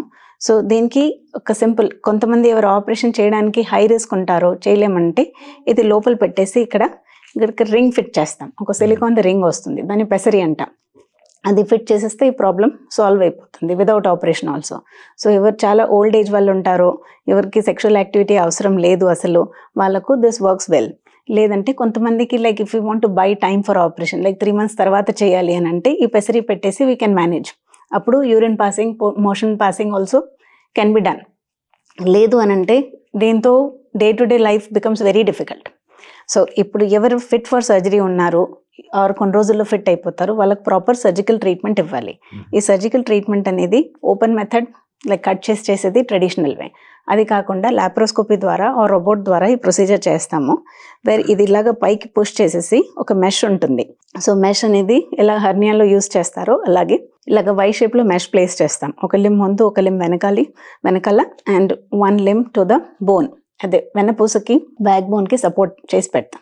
అందువల్ల దీని సక్సెస్ రేట్ చాలా బాగుంటుంది. ఇది నేను ఎక్కువ రోబోట్ ద్వారా చేస్తాను. అండ్ రోబోట్కి ఇక్కడ చాలా అంటే maximum use is here. So technology అనేది మనం ఎక్కడ యూజ్ చేయాలి, అది జుడిషియస్గా యూజ్ చేస్తే this is one of the situations where it is very good. అదే కాకుండా ఎవరు రోబోట్ కోసం సర్జికలీ ఫిట్ ఉండరో వాళ్ళకు వేరే మార్గాలు కూడా ఉన్నాయి. సో మేము నార్మల్ డెలివరీ ద్వారా రూట్లోనే కింద నుంచే సర్జరీ చేసేసి ఇక్కడ సైడ్స్లో కొన్ని స్ట్రక్చర్స్ ఉంటాయి, దానికి ఫిక్స్ చేసేయడానికి కూడా ఆప్షన్ ఉంది. సో అది వాల్ట్ ప్రొలాప్స్ సర్జరీ. చేసిన తర్వాత మళ్ళీ జారదా మేడం? అది చేసే పద్ధతి మీద డిపెండెంట్ ఉంటుంది. సో దీంట్లో ఒక్కొక్క ప్రొసీజర్కి వేరే వేరే సక్సెస్ రేట్ ఉంది. సో అది మేము డిస్కస్ చేసి పేషెంట్కి హై రిస్క్ సిచ్యువేషన్ ఎలాగుందో దాన్ని బట్టి ప్లాన్ చేస్తాం. అండ్ ఇదే సర్జరీ V-notes ద్వారా కూడా చేయడానికి వస్తుంది. So what we achieve by laparoscope or robot, they are the best results. So అదే రిజల్ట్స్ మేము ఇప్పుడు V-notes ద్వారా చేయగలుగుతున్నాము. So vaginal surgery is the first choice or అది డిపెండెంట్ ఉంటుంది. కానీ గోల్డ్ స్టాండర్డ్ అని అంటాము, అంటే the best result is with the laparoscopy or robotic procedure. So same results ఈ మధ్య మేము V-notes-తో కూడా చేయగలుగుతున్నాము. ఇంకోటి మేడం, అంటే ఇప్పుడు గర్భసంచి తీసేయడానికి సంబంధించి విషయానికి వస్తే అధిక రక్తస్రావం అనేది దీనికి ఒక కారణంగా చెప్పుకుంటారు. సాధారణంగా పీరియడ్ సమయంలో అధిక రక్తస్రావం జరగడం కానీ, పీరియడ్స్ ఎక్కువ రోజులు జరగడం కానీ, తద్వారా మీకు హిమోగ్లోబిన్ తగ్గుతుంది, ఐరన్ తగ్గుతుంది అనుకున్నప్పుడు దాన్ని మనం మాత్రల ద్వారా, తర్వాత ఇంజక్షన్ల ద్వారా, తర్వాత హార్మోనల్ థెరపీ ద్వారా, తర్వాత మెరీనా లాంటి ద్వారా, అంటే స్టెప్ బై స్టెప్ ఈ లోపాన్ని మనం ఏ రకంగా సవరించే అవకాశం ఉంది. సో ఎప్పుడు మనము మీరన్న గర్భసంచి తీసే హిస్టరెక్టమీకి వెళ్ళాల్సి ఉంటుంది? యాక్చువల్లీ మీ క్వశ్చన్లోనే మీరు అంత ఆన్సర్ చెప్పేశారు. So basically it starts with evaluation. అంటే ఈ అబ్నార్మల్ బ్లీడింగ్ అనేది ఎప్పటి నుంచి ఏ విధానంగా ప్రోగ్రెస్ అవుతుంది అది చూసుకుంటాము. ఇంకా వీ డూ అల్ట్రాసౌండ్ స్కాన్, దాంతో గర్భసంచి లోపల ఏమేమి ప్రాబ్లమ్స్ ఉన్నాయి అనేది కనిపెడతాం. ఇఫ్ ఇట్ ఇస్ ఇంకా కొన్ని బ్లీడింగ్ ఇష్యూస్ కూడా ఉంటాయి. బ్లీడింగ్ ఇష్యూస్ అంటే యాజ్ సచ్ బ్లడ్ క్లాట్ అయ్యే ప్రాబ్లమ్స్ ఉంటాయి, యూట్రస్లో ఏం ప్రాబ్లం లేకున్నా. Thyroid problem is a very common thing. Thyroid కొంచెం పైన కింద ఉన్నందుకు కూడా ఇలా బ్లీడింగ్ ఇష్యూస్ ఉంటాయి. సో అవన్నీ medical conditions which are easily treatable. అవి మేము ఐడెంటిఫై చేసి ఫస్ట్ అవన్నీ సెటరైట్ చేసుకుంటాం. హీమోగ్లోబిన్ తక్కువ ఉన్నా, ప్లేట్లెట్స్ తక్కువ ఉన్నా కూడా ఈ ప్రాబ్లం అవుతుంది. బికాస్ ప్లేట్లెట్స్ క్లాట్ మెకానిజం కోసం ఇంపార్టెంట్. సో క్లాట్ అవ్వకపోతే బ్లడ్ పోతూనే ఉంటుంది. సో అవన్నీ ఐడెంటిఫై చేసి ఫస్ట్ అవి కరెక్ట్ చేస్తాం. So haemoglobin correction is the first thing. Other medical issues identify చేసి correction is the next thing. And then యూట్రస్లో ఏమన్నా యాసిడ్ ప్రాబ్లం ఉందా లేదా అవి చూసుకుంటాం. So whichever can be corrected by medical means అవే ఫస్ట్ చేస్తాం. ఓన్లీ ఒక్కొక్కసారి ఇది మైండ్ సెట్తోనే ఊరికి ఆపరేషన్ చేయించాలంటే చేసేయడం కరెక్ట్ కాదు. అండ్ అదర్ దాన్ దట్ మిగతా రిస్క్ ఫ్యాక్టర్స్ కూడా ఐడెంటిఫై చేయాలి. లైక్ ఫ్యామిలీలో క్యాన్సర్స్ ఉన్నాయా, ఆ పేషెంట్కి సొంతంగా ముందు బ్రెస్ట్ క్యాన్సర్ ఏమైనా ఉండిందా, అటువంటి సిచ్యువేషన్లో మనం గర్భసంచి ఓవరీస్ ఉంచుకోవడం ఒక టైం బాంబ్ క్యారీ చేసినట్లు. అంటే ఈరోజు ఇందులో క్యాన్సర్ లేదు, బట్ ఎప్పుడైనా వస్తుంది, because we're in that high risk category. అటువంటి సిచ్యువేషన్స్లో మేము కొంచెం క్యాన్సర్ అవ్వక ముందే మేము డెసిషన్స్ తీసుకొని గర్భసంచి తీసే ఆపరేషన్స్ చేయవలసి వస్తుంది. సో అది correct. So it is always customised. ఒక అంబ్రెల్లా ట్రీట్మెంట్ అని ఇవ్వలేము అందరికీ. అంటే ఇప్పుడు గర్భసంచి తీసేసిన తర్వాత అంటే పీరియడ్స్ పూర్తిగా ఆగిపోతాయా? సో సెక్సువల్ లైఫ్ మీద ఎలాంటి ఇంపాక్ట్ ఉంటుంది? గర్భసంచి తీసిన వలన, as I said earlier, only 2 things. పిల్లలు అవ్వరు, ఇంకా నెల బ్లీడింగ్ అవ్వదు. అది కాకుండా మిగతా ఏ లైఫ్లో, మిగతా ఏ కండిషన్లో మార్పు రాదు. So sexual life will be as normal as it was before. Rather psychologically ఆ బ్లీడింగ్ భయం లేనందుకు, మళ్ళీ ప్రెగ్నెన్సీ భయం లేనందుకు women are more comfortable and free. That is also an observation. That ముందు కొంతమంది ఎవరు ఫ్యామిలీ ప్లానింగ్ ఆపరేషన్స్ చేయించుకోలేదో వాళ్ళకి ప్రెగ్నెన్సీ వచ్చే భయం ఉంటుంది, లేకపోతే దీనివల్ల మళ్ళీ బ్లీడింగ్ అయిపోతుందా, ఇంకా మళ్ళీ నెల వస్తుంది అనే ఆ ఫియర్తో సెక్షువల్ యాక్టివిటీ ముందుగానే అవాయిడ్ చేయడం, ఇవన్నీ సిచ్యువేషన్స్ కూడా మొదలవుతాయి. సో అదంతా మైండ్ సెట్ మారిపోతుంది after the operation. So they are more comfortable and happy in their regular life. So sexual life also becomes comfortable. So మిగతా డిసడ్వాంటేజ్ అనేది ఏమీ లేదు. అఫ్ కోర్స్ ఆపరేషన్లో ఏవి ఇన్హెరెంట్ కొన్ని రిస్క్స్ ఉంటాయి, అవన్నీ we have to understand and take care. ఇంకోటి మేడం, యాక్చువల్గా ఒబేసిటీ అనేది యూరిన్ ఇన్కాంటినెన్స్కి ఏమైనా కారణం అవుతుందా? మీరు దీన్ని ఎట్లా అడ్రస్ చేస్తారు? ఈ ఒబేసిటీకి, యూరిన్ ఇన్కాంటినెన్స్కి, పెల్విక్ డిజార్డర్స్కి ఉన్న సంబంధం ఏంటి? Direct relation. సో ఒబెసిటీ అనేది పెల్విక్ ఫ్లోర్ మీద డైరెక్ట్గా ఇంపాక్ట్ వస్తుంది. లైక్ ఇది మనం పెల్విక్ ఫ్లోర్ మీద ఇది బరువు పడుతుంది, ఇంకా డ్యామేజ్ అవుతుంది అని అనుకుంటాము. దానికి ఒబెసిటీ అనేది బికాస్ వెయిట్ అంతా పెల్విక్ ఫ్లోర్ మీదనే పడుతుంది when you are standing. And you cannot be like sitting and sleeping all the time. నిలబడినప్పుడు డెఫినెట్లీ ఎక్సెస్ వెయిట్ అనేది పెల్విక్ ఫ్లోర్ మీద పడుతుంది, మోకాల మీద పడుతుంది. సో మోకాలు డ్యామేజ్ అయ్యేది మనం ఏదో ఆస్టియో ఆర్థరైటిస్ అని చూస్తాము, అది ఒబేస్ వల్ల ఎక్కువ అవుతుంది. అలాగే పెల్విక్ ఫ్లోర్ మీద కూడా కాన్స్టెంట్గా ఎక్కువ వెయిట్ ఉన్నందుకు pelvic floor disorders more common in obesity. So దాంట్లో ఇన్కాంటినెన్స్ కూడా ఇంక్లూడెడ్ ఉంది, ప్రొలాప్స్ కూడా ఇంక్లూడెడ్ ఉంది. సో కానీ వెయిట్ అనేది ఒక రోజులో పెరగదు, అలాగే ఒక రోజులో తగ్గదు. సో ఇది అవగాహన అనేది ఎర్లీ ఏజెస్లోనే వచ్చేస్తే, so you take care of your weight and you take care of your food habits and regular lifestyle in terms of some little bit of exercise, any form of exercise, even dance is a very good form of exercise. So ఇది నేను అందరికీ చెప్తాను, ఇప్పుడు కూడా అదే చెప్తున్నాను. ఇది మన లైఫ్లో మనం రెగ్యులర్గా ఇంప్లిమెంట్ చేసుకుంటే, one thing is you're more healthy and you're happier than the other days. Because exercise వలన ఎండార్ఫిన్స్ అనేటివి, హ్యాపీ హార్మోన్స్ అన్ని రిలీజ్ అవుతాయి. So it is helpful multiple ways. You feel better, your body feels lighter and you are able to function better. And you are avoiding so many problems that can come later. అంటే ఇప్పుడు మన Indian స్టైల్లో అంటే ఆహారపు అలవాట్లు ఏమైనా మార్చుకోవాల్సిన అవసరం ఉంటుందా? ఎలాంటి ఆహారాలు తీసుకోవాలి, ఎలాంటి ఆహారాలు తీసుకోవద్దు? Honestly Indian food habits if we see from the tradition, మన హెరిటేజ్ ప్రకారంగా చూసుకుంటే చాలా healthy food. It's like simple అన్నం పప్పు అనేది it is complete food in itself. పిల్లలకి ఇప్పుడు మనం ఫుడ్ మొదలు పెడతామో అన్నం పప్పు నెయ్యి, ఇది దీంతోనే మొదలు పెడతాం. దాంట్లో కారం ఉండదు, ఫ్లేవర్స్ ఉండవు, చైనీస్ సాసెస్ ఉండవు. So I'm not saying that one cuisine is better than the other, but Indian food is actually good. But of course the quantity also matters. మన మోడరేషన్లో తినడం, మన క్యాలరీ రిక్వైర్మెంట్ ఎంత, that is dependent on hour physical activity. ఎవరు చాలా physically active ఉంటారో వాళ్ళకు quantity of food ఎక్కువ అవసరం ఉంటుంది, because that is getting burned. కానీ ఎవరు టోటల్లీ మనం ఏసీలో ఆఫీస్లో కూర్చొని జాబ్ చేసే వాళ్ళు, you do not need that much of food. So దానికి అఫ్ కోర్స్ న్యూట్రిషనిస్ట్ నేను కాదు, nutritionist will be able to give a better advice and that too individual based. But overall understanding కోసం we have to assess that how physically active I am and how many times I'm eating, what kind of food I'm eating. Calorie content అనేది ఇప్పుడు మీరు ఏదైనా branded ఏవి కొన్ని products వస్తాయో, you will see the calorie energy content and calorie content of per 100 grams or per 10 grams అన్ని ఇచ్చి ఉంటారు. అది మనం కావాలని ఆ సైడ్ తిప్పి చూడము, టేస్ట్ బాగుంది కదా అని తినేస్తూ ఉంటాం. So it is not like wrong everywhere. We must enjoy life, but at the same time we have to be little conscious of what we're eating, how much we're exercising and ఏ food మనకు suit అవుతుంది, ఏది కాదు అనేది. కొన్ని like processed food ఇది ఉంటుందో, like cheese, like non vegetarian food, I'm not saying no for that. కానీ అది ఎక్కువ క్వాంటిటీస్లో కన్జ్యూమ్ చేసుకుంటే ద సిస్టమ్ స్లోస్ డౌన్. ఇంకా అందువలన ద క్యాలరీ ఏది ఎక్కువ వస్తుందో అదంతా వెళ్ళి లివర్లో స్టోర్ అయిపోతుంది. And we can see this fatty infiltration of liver అనేది very common diagnosis we see on ultrasound scans. వాళ్ళు పైనుంచి ఒబేస్గా లావుగా కనపడకపోవచ్చు, బట్ స్టిల్ డయట్ హ్యాబిట్స్ వలన ఫ్యాట్ వెళ్ళి లివర్లో అక్యుములేట్ అయిపోవడం ఇన్ జనరల్ హెల్త్కి ప్రాబ్లం. సో దాని ఎఫెక్ట్ డైరెక్ట్లీ ఇన్కాంటినెన్స్ మీద పడకపోవచ్చు, but overall health is the priority than each individual organ. Okay. So food అనేది I feel it is a matter of more of conscious thought and taking a consultation. ఒక న్యూట్రిషనిస్ట్తో నా బాడీకి, నా physical యాక్టివిటీకి, నా ప్యాటర్న్ ఆఫ్ వర్క్కి how much I should eat, what is the right thing I should eat. Parting once in a while is a different thing, కానీ everyday we should be more conscious.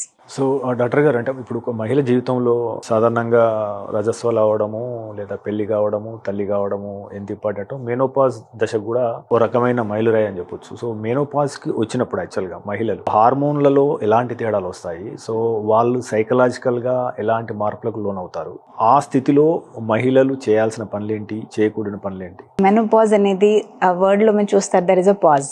So there is a pause అని అంటే comma. So pause అనేది it is not like a pause in the life, it is only a transition period.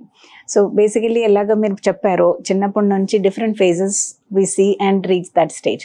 Menopause వచ్చే వరకు basically menopause clinical డెఫినేషన్తో 1 year కంటిన్యూస్గా periods రాలేదు అని అంటే we call it menopause.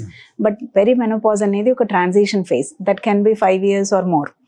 So ఆ టైంలో స్లోగా హార్మోన్స్ తగ్గుతూ పోతాయి అండ్ దెన్ కంప్లీట్గా మానిపోయినప్పుడు 1 year పీరియడ్స్ రాకపోతే మనం అయిపోయింది మెనోపాజ్ అని చెప్తాం. సో ఈ ఫేజెస్లో హార్మోన్స్ స్లోగా తగ్గుతున్నప్పుడు చాలా వరకు ఎమోషనల్ అప్స్ అండ్ డౌన్స్ అవుతాయి. సో ఆ టైంలో అంటే అందరూ లేడీస్ గమనిస్తారు, బట్ ఎందుకు అవుతుంది అని అర్థం చేసుకోలేరు. One is very common thing is hot flushes. అంటే ఇలా సెగల్లాగా వచ్చేస్తూ ఉంటాయి. మామూలుగా ఏసీలో కూర్చున్నా కూడా వేడేస్తుంది అనేది, ఇంకా అసలు సింథటిక్ పెట్టుకోలేము, ఏం కవర్ చేసుకొని పెట్టుకోలేము, లూజ్గా బట్టలు వేసుకోవాలి, ఇలా సెగలు వచ్చేస్తున్నాయి అనే feel, that is hot flushes. Other than that emotional ability, అంటే చాలా త్వరగా చిన్న చిన్న మాటలతో బాధపడడం, నన్ను ఎవరు పట్టించుకోవట్లేదు అలా అనుకోవడం, అందువలన బాధపడడం. సడన్లీ ఒక నిమిషంలో చాలా హ్యాపీగా ఉంటారు, మళ్ళీ సెకండ్ నిమిషంలో అసలు world is not on my side at all అని అనిపించే ఫీలింగ్స్ వచ్చేసి డిప్రెషన్లో వెళ్ళిపోతూ ఉంటారు. సో ఈ ఫేజెస్తో ఒక పర్మనెంట్ సొల్యూషన్ అనేది లేదు, కానీ మెడికల్ సైడ్ నుంచి కొన్ని ఫైటోఎస్ట్రోజన్స్ అనేది సప్లిమెంట్స్ లాగా ఇవ్వచ్చు. But getting dependent on medicines is not what I would recommend. So medicines కాకుండా basically an understanding about your own life. Like pregnancy వచ్చినప్పుడు కూడా కొంతమంది దాన్ని యాక్సెప్ట్ చేయలేక ఎమోషనల్లీ చాలా బాధపడతారు. But once they understand the thing then they are happy. అలాగే మెనోపాజ్ది కూడా ఆ అండర్స్టాండింగ్ ఉంటే it is not a problem for them anymore. And అంటే ఈ ఫిజికల్ చేంజెస్ని, ఎమోషనల్ చేంజెస్ని వాళ్ళు హ్యాండిల్ చేయగలరు. అందులో అగైన్ హెల్ప్ చేసేది proper diet and some amount of physical exercise. They help a lot. At the same time ఆ stage వరకు చాలా మందికి the family responsibilities are little down, చాలా వరకు తగ్గిపోతాయి. సో వాళ్ళు సొంతం మీద కాన్సన్ట్రేట్ చేసుకొని వాళ్ళకి హాబీస్ అనేటివి, వాళ్ళకి ఇష్టం వచ్చిన పనులు అనేటివి దాని మీద కొంచెం ఫోకస్ చేయడం మొదలు పెడితే స్ట్రెస్ అనేది తగ్గిపోతుంది. స్ట్రెస్ అనేది ఏదో బయట నుంచి వస్తుందని కాదు, కండిషన్స్, ప్రాబ్లమ్స్ అందరికీ వస్తాయి. How we react makes it stressful or not. So ఆ స్ట్రెస్ లెవెల్స్ అనేది సొంతం తగ్గించుకోవచ్చు. So that is what I would say. At the same time annual health checkups అనేటివి చాలా ఇంపార్టెంట్. ఆ టైంలో హార్మోన్స్ తగ్గే కొద్దీ మామూలుగా ఆడవాళ్ళకి హార్ట్ ప్రాబ్లమ్స్కి తక్కువ రిస్క్ ఉంటుంది as compared to men. The reason is the hormones which are protective. So ఈ హార్మోన్స్ అనేది 50-55 వరకు ఉన్నాయి. దాని తర్వాత హార్మోన్స్ తగ్గిపోయినప్పుడు the risk is same. So ఆ టైంలో ఒకసారి హెల్త్ చెకప్ చేయించుకోవడం, హార్ట్ చెకప్ చేయించుకోవడం, ఇవన్నీ important. At the same time గర్భసంచిలో కొంతమందికి వేరే మార్పులు మొదలవుతాయి. సో ఎండోమెట్రియం అనేది ఇది గర్భసంచి లోపల పొర ఉంటుందో ఆ థిక్నెస్ చూసుకునే అవసరం కూడా ఉంది. సో ఈ మధ్య health checkups we see in all hospitals and diagnostic centres.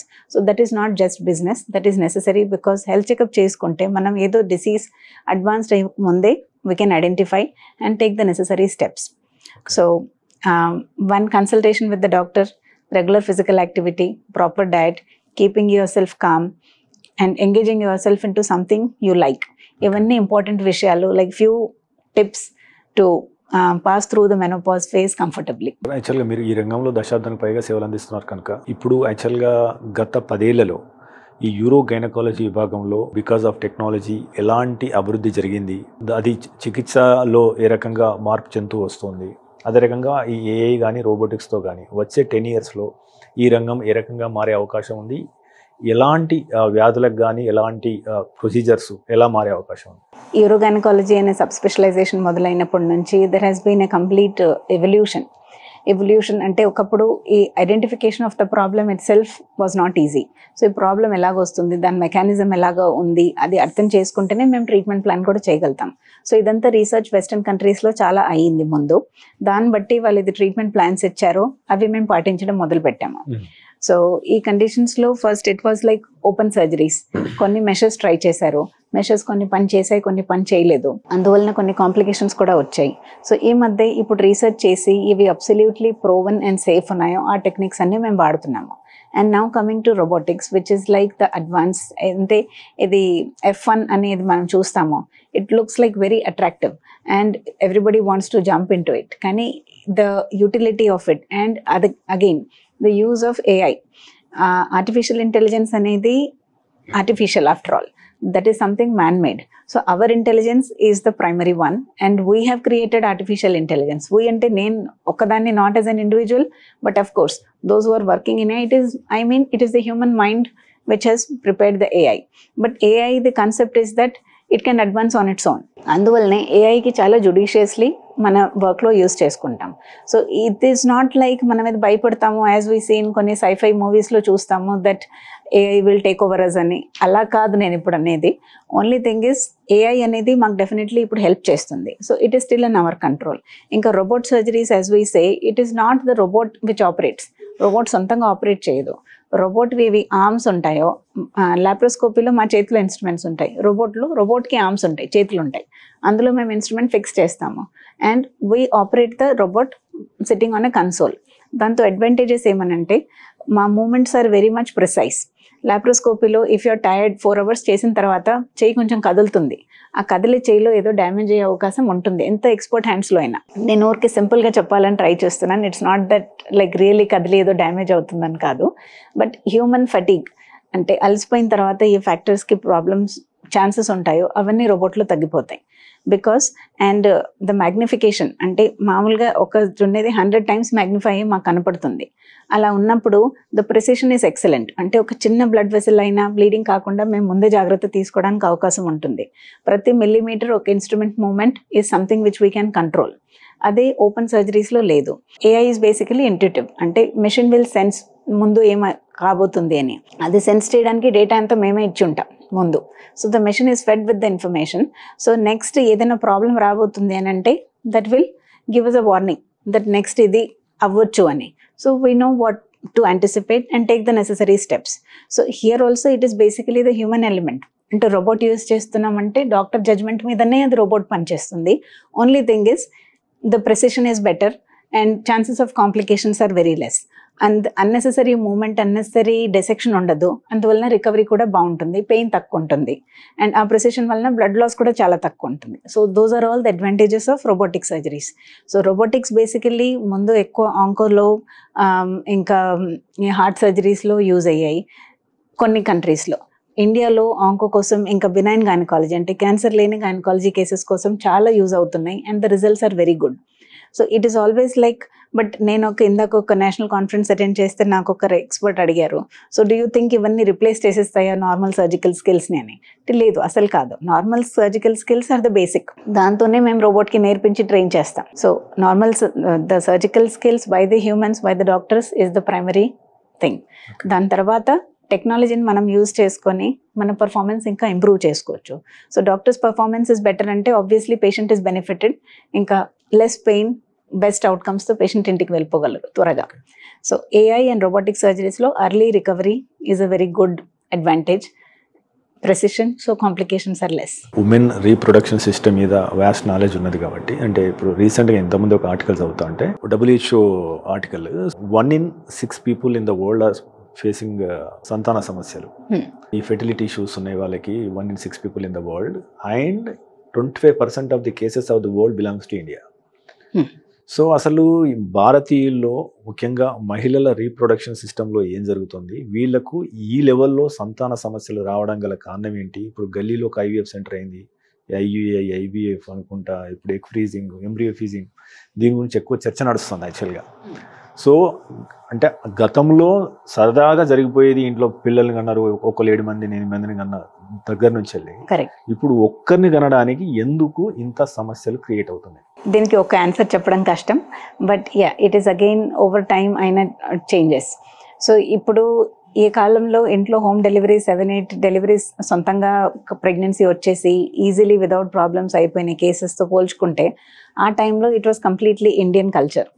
ఇప్పుడు our culture is not completely in a large way influenced by the western culture. ఆ కల్చర్లో food is the main thing. So ఇది ఎన్నో food ingredients, processed food ఏవి మనం ఈ మధ్య consume చేస్తామో, లైక్ ప్రాసెస్డ్ చీజ్ అనేది నాకు గుర్తుంది, when I was a child I never eight cheese. But these days పిల్లలు అడుగుతారు, మాకు ఆ చీజ్ కావాలి, ఈ చీజ్ కావాలి, రకరకాలవి. చీజ్ మంచిదే, నేను దాని గురించి కాదనేది, but the processed food is not one of the healthiest foods. So ఈ ప్రాసెస్డ్ ఫుడ్స్ వలన జెనెటిక్ లెవెల్లో కూడా కొన్ని మార్పులు జరుగుతాయి over time. It's not in one individual. But ఇది అంటే ఓన్లీ ఇన్ఫర్టిలిటీ కాకుండా ఇన్ఫ్లమేటరీ బవల్ డిసీజ్ అనే ఒక కండిషన్, అంటే కడుపులో కాన్స్టెంట్గా పెయిన్ ఉండడం, కొన్ని రోజులు కాన్స్టిపేషన్ ఉంటుంది, కొన్ని రోజులు కంటిన్యూస్గా లూజ్ మోషన్స్ ఉంటాయి, కంటిన్యూస్గా పెయిన్ అయితే ఉండనే ఉంటుంది. ఇవన్నీ కండిషన్స్ డైటరీ హ్యాబిట్స్ వలన మొదలయ్యాయి. సో ఎగ్జాక్ట్లీ ఫర్టిలిటీ మీద ఎంత ఇంపాక్ట్ ఉంది అనే దాని మీద research is still going on, and ఒక్క పర్టికులర్ ఫ్యాక్టర్ అని పాయింట్అవుట్ చేయడం వీలవ్వదు. బట్ ద థింగ్ ఈజ్ ఇవన్నీ ఇది వెస్టర్న్ ఇన్ఫ్లుయెన్సెస్ ఉన్నాయి, and the life style and culture. Obesity కూడా ఒకప్పుడు అంత కామన్ కాదు యాజ్ వీ సీ నౌ. ఈ మధ్య అడలసెంట్ ఏజ్ గ్రూప్లో, యంగ్ అడల్ట్స్లో ఒబెసిటీ అనేది చాలా కామన్. అందువలన polycystic ovarian condition, that is also a very common finding. అదే ఒక 20 years ముందు ఇన్ని కేసెస్ లేవు, ఇది ప్రాబ్లం అంత ప్రివలెంట్గా లేదు. So our shift in the life style is one of the reasons why infertility is also common. Another thing is it is sometimes our requirement. ఒక పాతకాలంలో ఎర్లీ మ్యారేజెస్ అయ్యేటివి, సో అప్పుడు నేచర్గానే చూసుకుంటే the fertility potential is very high. ఇప్పుడు after 35 years the egg quality and egg quantity అనేటివి ఫాస్ట్గా deplete అవుతాయి. 30 years తర్వాతే అది గ్రాఫ్ కిందికి వెళ్ళడం మొదలవుతుంది. 35 తర్వాత కంప్లీట్గా ఫాస్ట్గా పడిపోతుంది. ఆ టైం వరకు ఓల్డెన్ డేస్లో ఫ్యామిలీ కంప్లీట్ అయిపోయేది. 40-45 yearsకి అమ్మమ్మ వాళ్ళు అయిపోయారు. కానీ ఈ మధ్య చాలా మంది మ్యారేజే అవ్వదు 35 వరకు. After 35 they say no, we want some time for ourselves, we don't want children అంత ఇమ్మీడియట్గా అని. అలాగ అనుకున్నప్పుడు వాళ్ళు సరే మేము పేరెంట్స్ కావాలి చూద్దాం ఆలోచిద్దాం అని అనుకున్న వరకు age is like close to 38-39. అప్పుడు బ్లడ్ టెస్ట్ చేసి చూస్తే ద ఫర్టిలిటీ పొటెన్షియల్ అనేది చాలా వరకు తగ్గిపోయి ఉంటుంది. సో న్యాచురల్గా ప్రెగ్నెన్సీ వచ్చే chances are less. It is not impossible, but chances are less.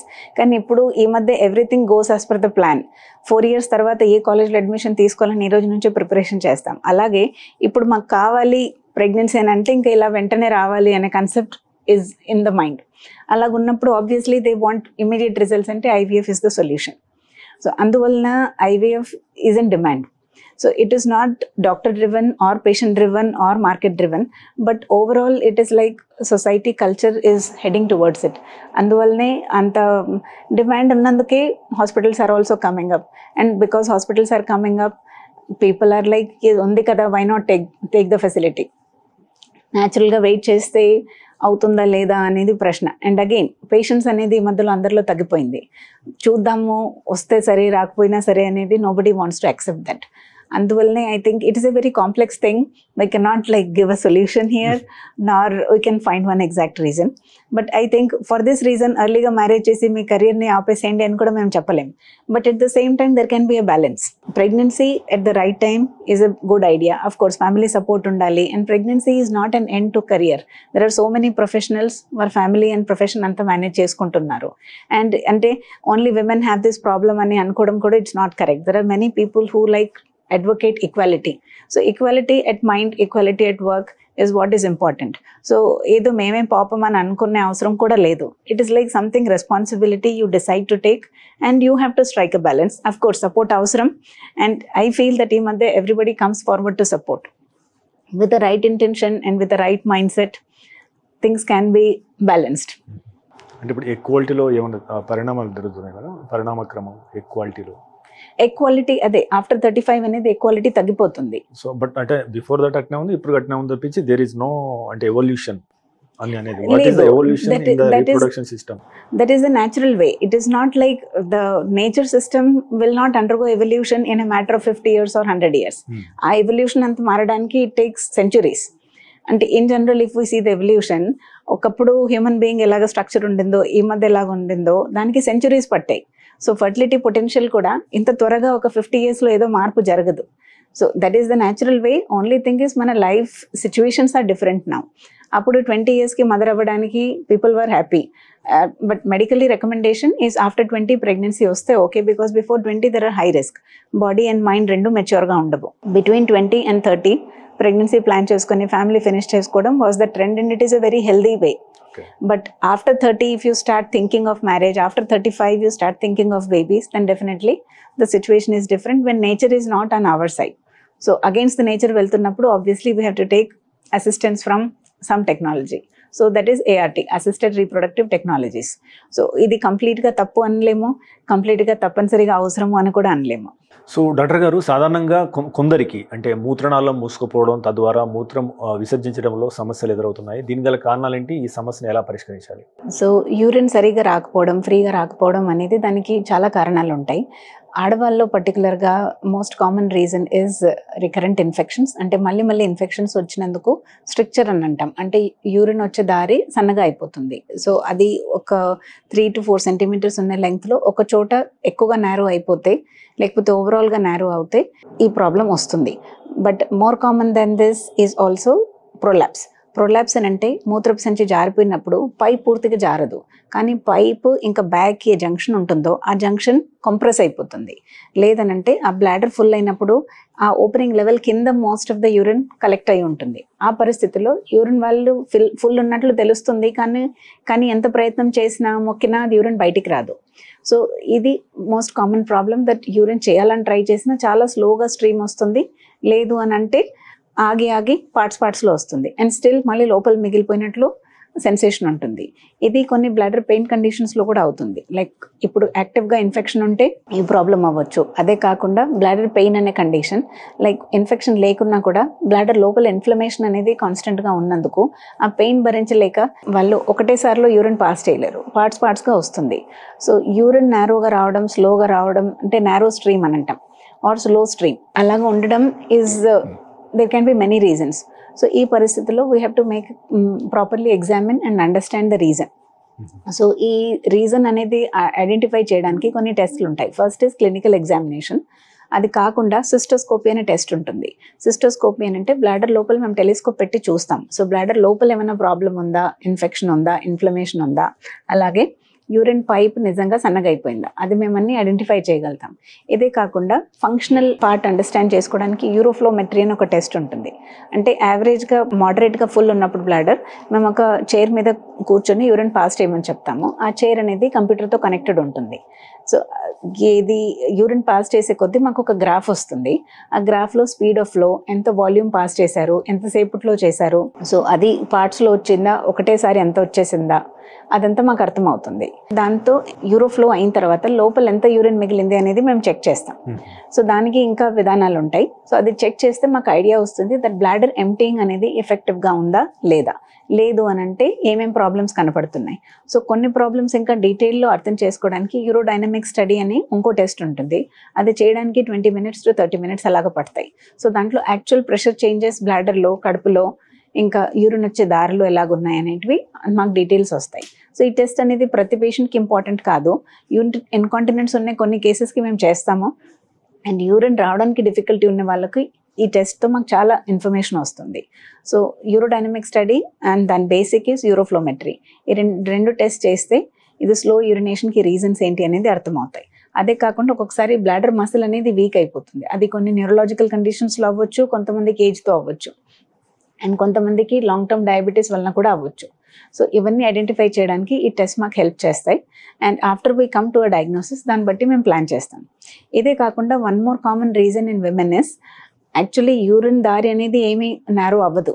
Only urine బయటకు వచ్చేది, యూరిన్ రంధ్రం బయట ఏది స్కిన్ ఉంటుందో దాన్ని వల్వా అని అంటాం. అంటే the private parts of the women. ఆ పార్ట్స్ ఒక్కొక్కసారి కొన్ని కండిషన్స్ ఉంటాయి, లైకెన్ స్క్లెరోసిస్ అనేది, లేదంటే కొన్ని ఇన్ఫెక్షన్స్ ఆన్ ద స్కిన్. అందువలన స్కిన్ ఇలాగా ఫ్యూజ్ అయిపోతుంది, అంటే కడుచుకుపోతుంది. అందువలన యూరిన్ వచ్చే రంధ్రం నార్మల్గా ఉన్న రంధ్రం బయట అబ్స్ట్రక్షన్ ఉంది, అందువలన యూరిన్ ఫ్రీగా రాదు. సో దానికి యూరిన్ ప్రాబ్లమ్ అని అనుకొని ట్రీట్ చేయడం కూడా తప్పు. So first as gynaecologist we see the external appearance and identify the problems. సో ఆ స్కిన్ కండిషన్ని మేము ట్రీట్ చేసేస్తే యూరిన్ ప్రాబ్లమ్ ఆటోమేటికలీ ట్రీట్ అయిపోతుంది. మగవారిలో సుంతి టైపు. సో ఈ కండిషన్స్ బేసికలీ కరెక్ట్గా నాలెడ్జ్ ఉండి ఐడెంటిఫై చేసినప్పుడు we can address the problem directly. First యూరిన్లో మంట ఉంది అని అంటే మనం ఎగ్జామిన్ చేయకుండా డైరెక్ట్లీ యూటీఐ అని యాంటీబయాటిక్స్ ఇచ్చేయడం is not the correct way. అదే డాక్టర్స్ కాకుండా పేషెంట్స్ ఈ మధ్య సొంతం గూగుల్ చదివేసి ఓవర్ ద కౌంటర్ యూరిన్ ఇన్ఫెక్షన్కి మెడిసిన్ ఇవ్వండి అని ఫార్మసీతో డైరెక్ట్లీ కొనుక్కొని తీసుకోవడం, these are all practices which we think okay in India but they are not okay. దాంతో మనకు చాలా ప్రాబ్లమ్స్ వస్తాయి ఫ్యూచర్లో. సో డాక్టర్ గారు, ఇది పసిపిల్లల్లో కానీ చిన్నపిల్లల్లో కానీ యూటీఐ ఇన్ఫెక్షన్స్ వస్తాయా? వస్తే ఎలా గుర్తించాలి? పసిపిల్లల్లో వస్తాయి unfortunately. So mostly it is like చాలా సేపు వరకు యూరిన్ పాస్ చేయకపోవడం అనేది ఒక లక్షణం. అదే కాకుండా అక్కడ ముట్టుకున్న నొప్పి అని ఏడ్చేది అదొక లక్షణం. ఇంకా ఫీవర్ విత్ చిల్స్. సో ఇవన్నిట్లో కొన్ని లక్షణాలు ఉంటాయి, ఒక్కొక్కసారి అన్ని లక్షణాలు ఉంటాయి, కొన్ని ఉండకపోవచ్చు కూడా. సో ఇవన్నీ పాయింటర్స్ అనమాట. Fever are not able to pass urine for long, లేదంటే యూరిన్ పాస్ చేసేటప్పుడు క్రైంగ్, ఏడుపు ఆ టైంలో ఎక్కువ ఉందనంటే అవి ఐడెంటిఫై చేస్తాం. అదే కాకుండా పిల్లల్లో we can definitely see urine వస్తుంటే ఏ కలర్లో వస్తుంది, ఎంత క్వాంటిటీ వస్తుంది అని. ఆ క్వాంటిటీ తగ్గిపోయినా, డార్క్ ఎల్లో కలర్లో ఉన్నా, దాంట్లో ఏమైనా బ్లడ్ టింజ్ ఉన్నా, ఇవన్నీ పాయింటర్స్ ఫర్ ఇన్ఫెక్షన్. సో బేబీస్కి పర్టికులర్లీ ఆ ఇన్ఫెక్షన్స్ వెంటనే ఐడెంటిఫై చేసి పూర్తిగా ట్రీట్ చేయడం ఈజ్ వెరీ ఇంపార్టెంట్. బికాస్ దాంతో అది లేకపోతే చాలా లాంగ్ టర్మ్ కాంప్లికేషన్స్ అవుతాయి. అంటే ఆడవారు కొంతమంది టైట్ ఇన్నర్స్ కానీ ముఖ్యంగా జీన్స్ లాంటివి వేస్తారు కదా, సో టైట్ డ్రెస్లకును ఈ యూటీఐకి ఏమైనా సంబంధం ఉందా? ఎలాంటి? సో టైట్ డ్రెస్సెస్కి యూటీఐకి డైరెక్ట్లీ సంబంధం లేదు, బట్ టైట్ డ్రెస్సెస్కి అండ్ సింథటిక్ క్లోత్స్ పర్టికులర్లీ దానికి ఫంగస్ ఇన్ఫెక్షన్కి ఇంకా అడిషనల్ బ్యాక్టీరియల్ ఇన్ఫెక్షన్స్కి డెఫినెట్లీ రిస్క్ ఉంది.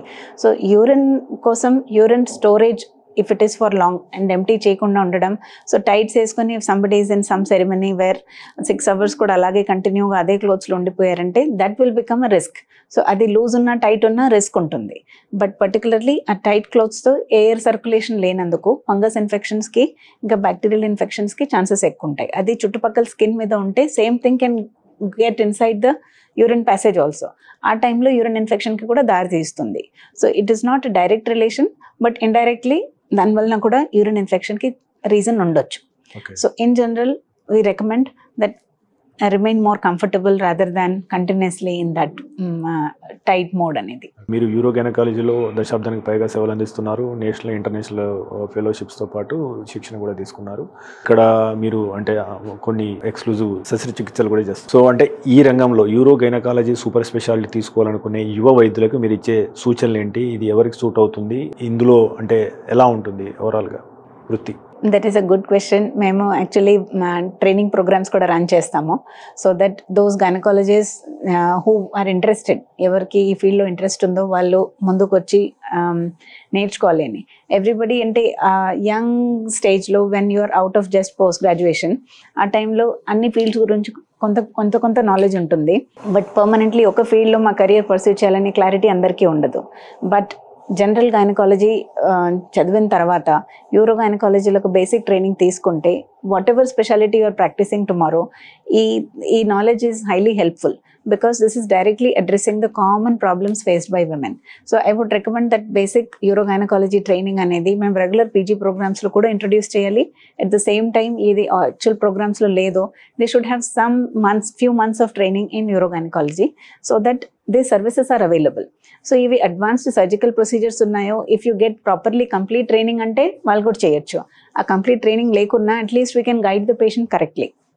అండ్ ఇది ఇనీషియల్ ప్రాబ్లమ్స్తో వస్తారు బికాస్ పేషెంట్ వచ్చినప్పుడు వాళ్ళకి తెలియదు ఏ డాక్టర్ దగ్గర వెళ్ళాలి అని. Because that's the most important concern that ప్రతి పేషెంట్కి ప్రాబ్లం వచ్చినప్పుడు ఫస్ట్ గైనకాలజిస్ట్ దగ్గర వెళ్తారు, అక్కడ అవ్వలేదంటే యూరాలజిస్ట్ దగ్గర వెళ్తారు, మళ్ళీ ఎవరు రికమెండ్ చేసినందుకు ఇంకో స్పెషలిస్ట్ దగ్గర వెళ్తారు, న్యూరాలజిస్ట్ దగ్గర వెళ్తారు, ఏమీ అవ్వట్లేదంటే సైకిట్రిస్ట్ దగ్గర పంపించేస్తారు. So it is not that every role is important, but ఇంకా మనకు ప్రాబ్లమ్కి సొల్యూషన్ దొరకలేదంటే బుర్రలో ప్రాబ్లం ఉంది సైకిట్రిస్ట్ ట్రీట్మెంటే అవసరం అని అనుకోవడం ఈజ్ ఇంజస్టిస్. సో ఎవరు ఇంట్రెస్టెడ్ ఉన్నారో doctors, I actually want to recommend them to come for the training and take the training so that the facilities are widely available in the society for everyone. ఒకప్పుడు ఇలాగా government programmes ఉండేటివి that we make medical facilities reach every corner of the country, not only concentrate in the urban centres అని. అలాగే we also recommend the urogynaecology training for every one. అదే కాకుండా నేను ఒక international కాన్ఫరెన్స్లో స్పెసిఫిక్గా ట్రైనింగ్ తీసుకున్నాను to work in low resource settings. అంటే if I need to operate in a very small centre, ఇక్కడ మాకు హైఫై ఫెసిలిటీస్ ఉండవు, other than simple instruments and lights and some drugs, ఇంకేం ఉండవు. ఇంకా కొన్ని సూచర్స్ అంటే స్టిచ్ మెటీరియల్, ఆ సిచ్యువేషన్స్లో కూడా మేము ఎలాగ ఆపరేట్ చేయాలి, రోబోట్ లేకుండా, లాప్రోస్కోప్ లేకుండా ఎలా చేయాలనేది నేను స్పెసిఫిక్గా ట్రైనింగ్ తీసుకున్నాను. So that if there is a need we should be able to help people in any situation అని. So that is the concept I work with. And అదే కన్సెప్ట్ నేను ప్రొపగేట్ చేయదలుచుకున్నాను, that I have the basic understanding and training in this field so that we're able to help the women in need. Thank you doctor గారు, thank you very much. So ఎన్నో విషయాల మీద విలువైన సమాచారం ఇచ్చారు. So thank you very much. Thank you. So viewer, ఇది ఈ వారం డాక్టర్ స్టాక్. వచ్చే వారం మరో డాక్టర్తో కలుద్దాం. చూస్తూనే ఉండండి మెడ్ ప్లస్ 1 TV.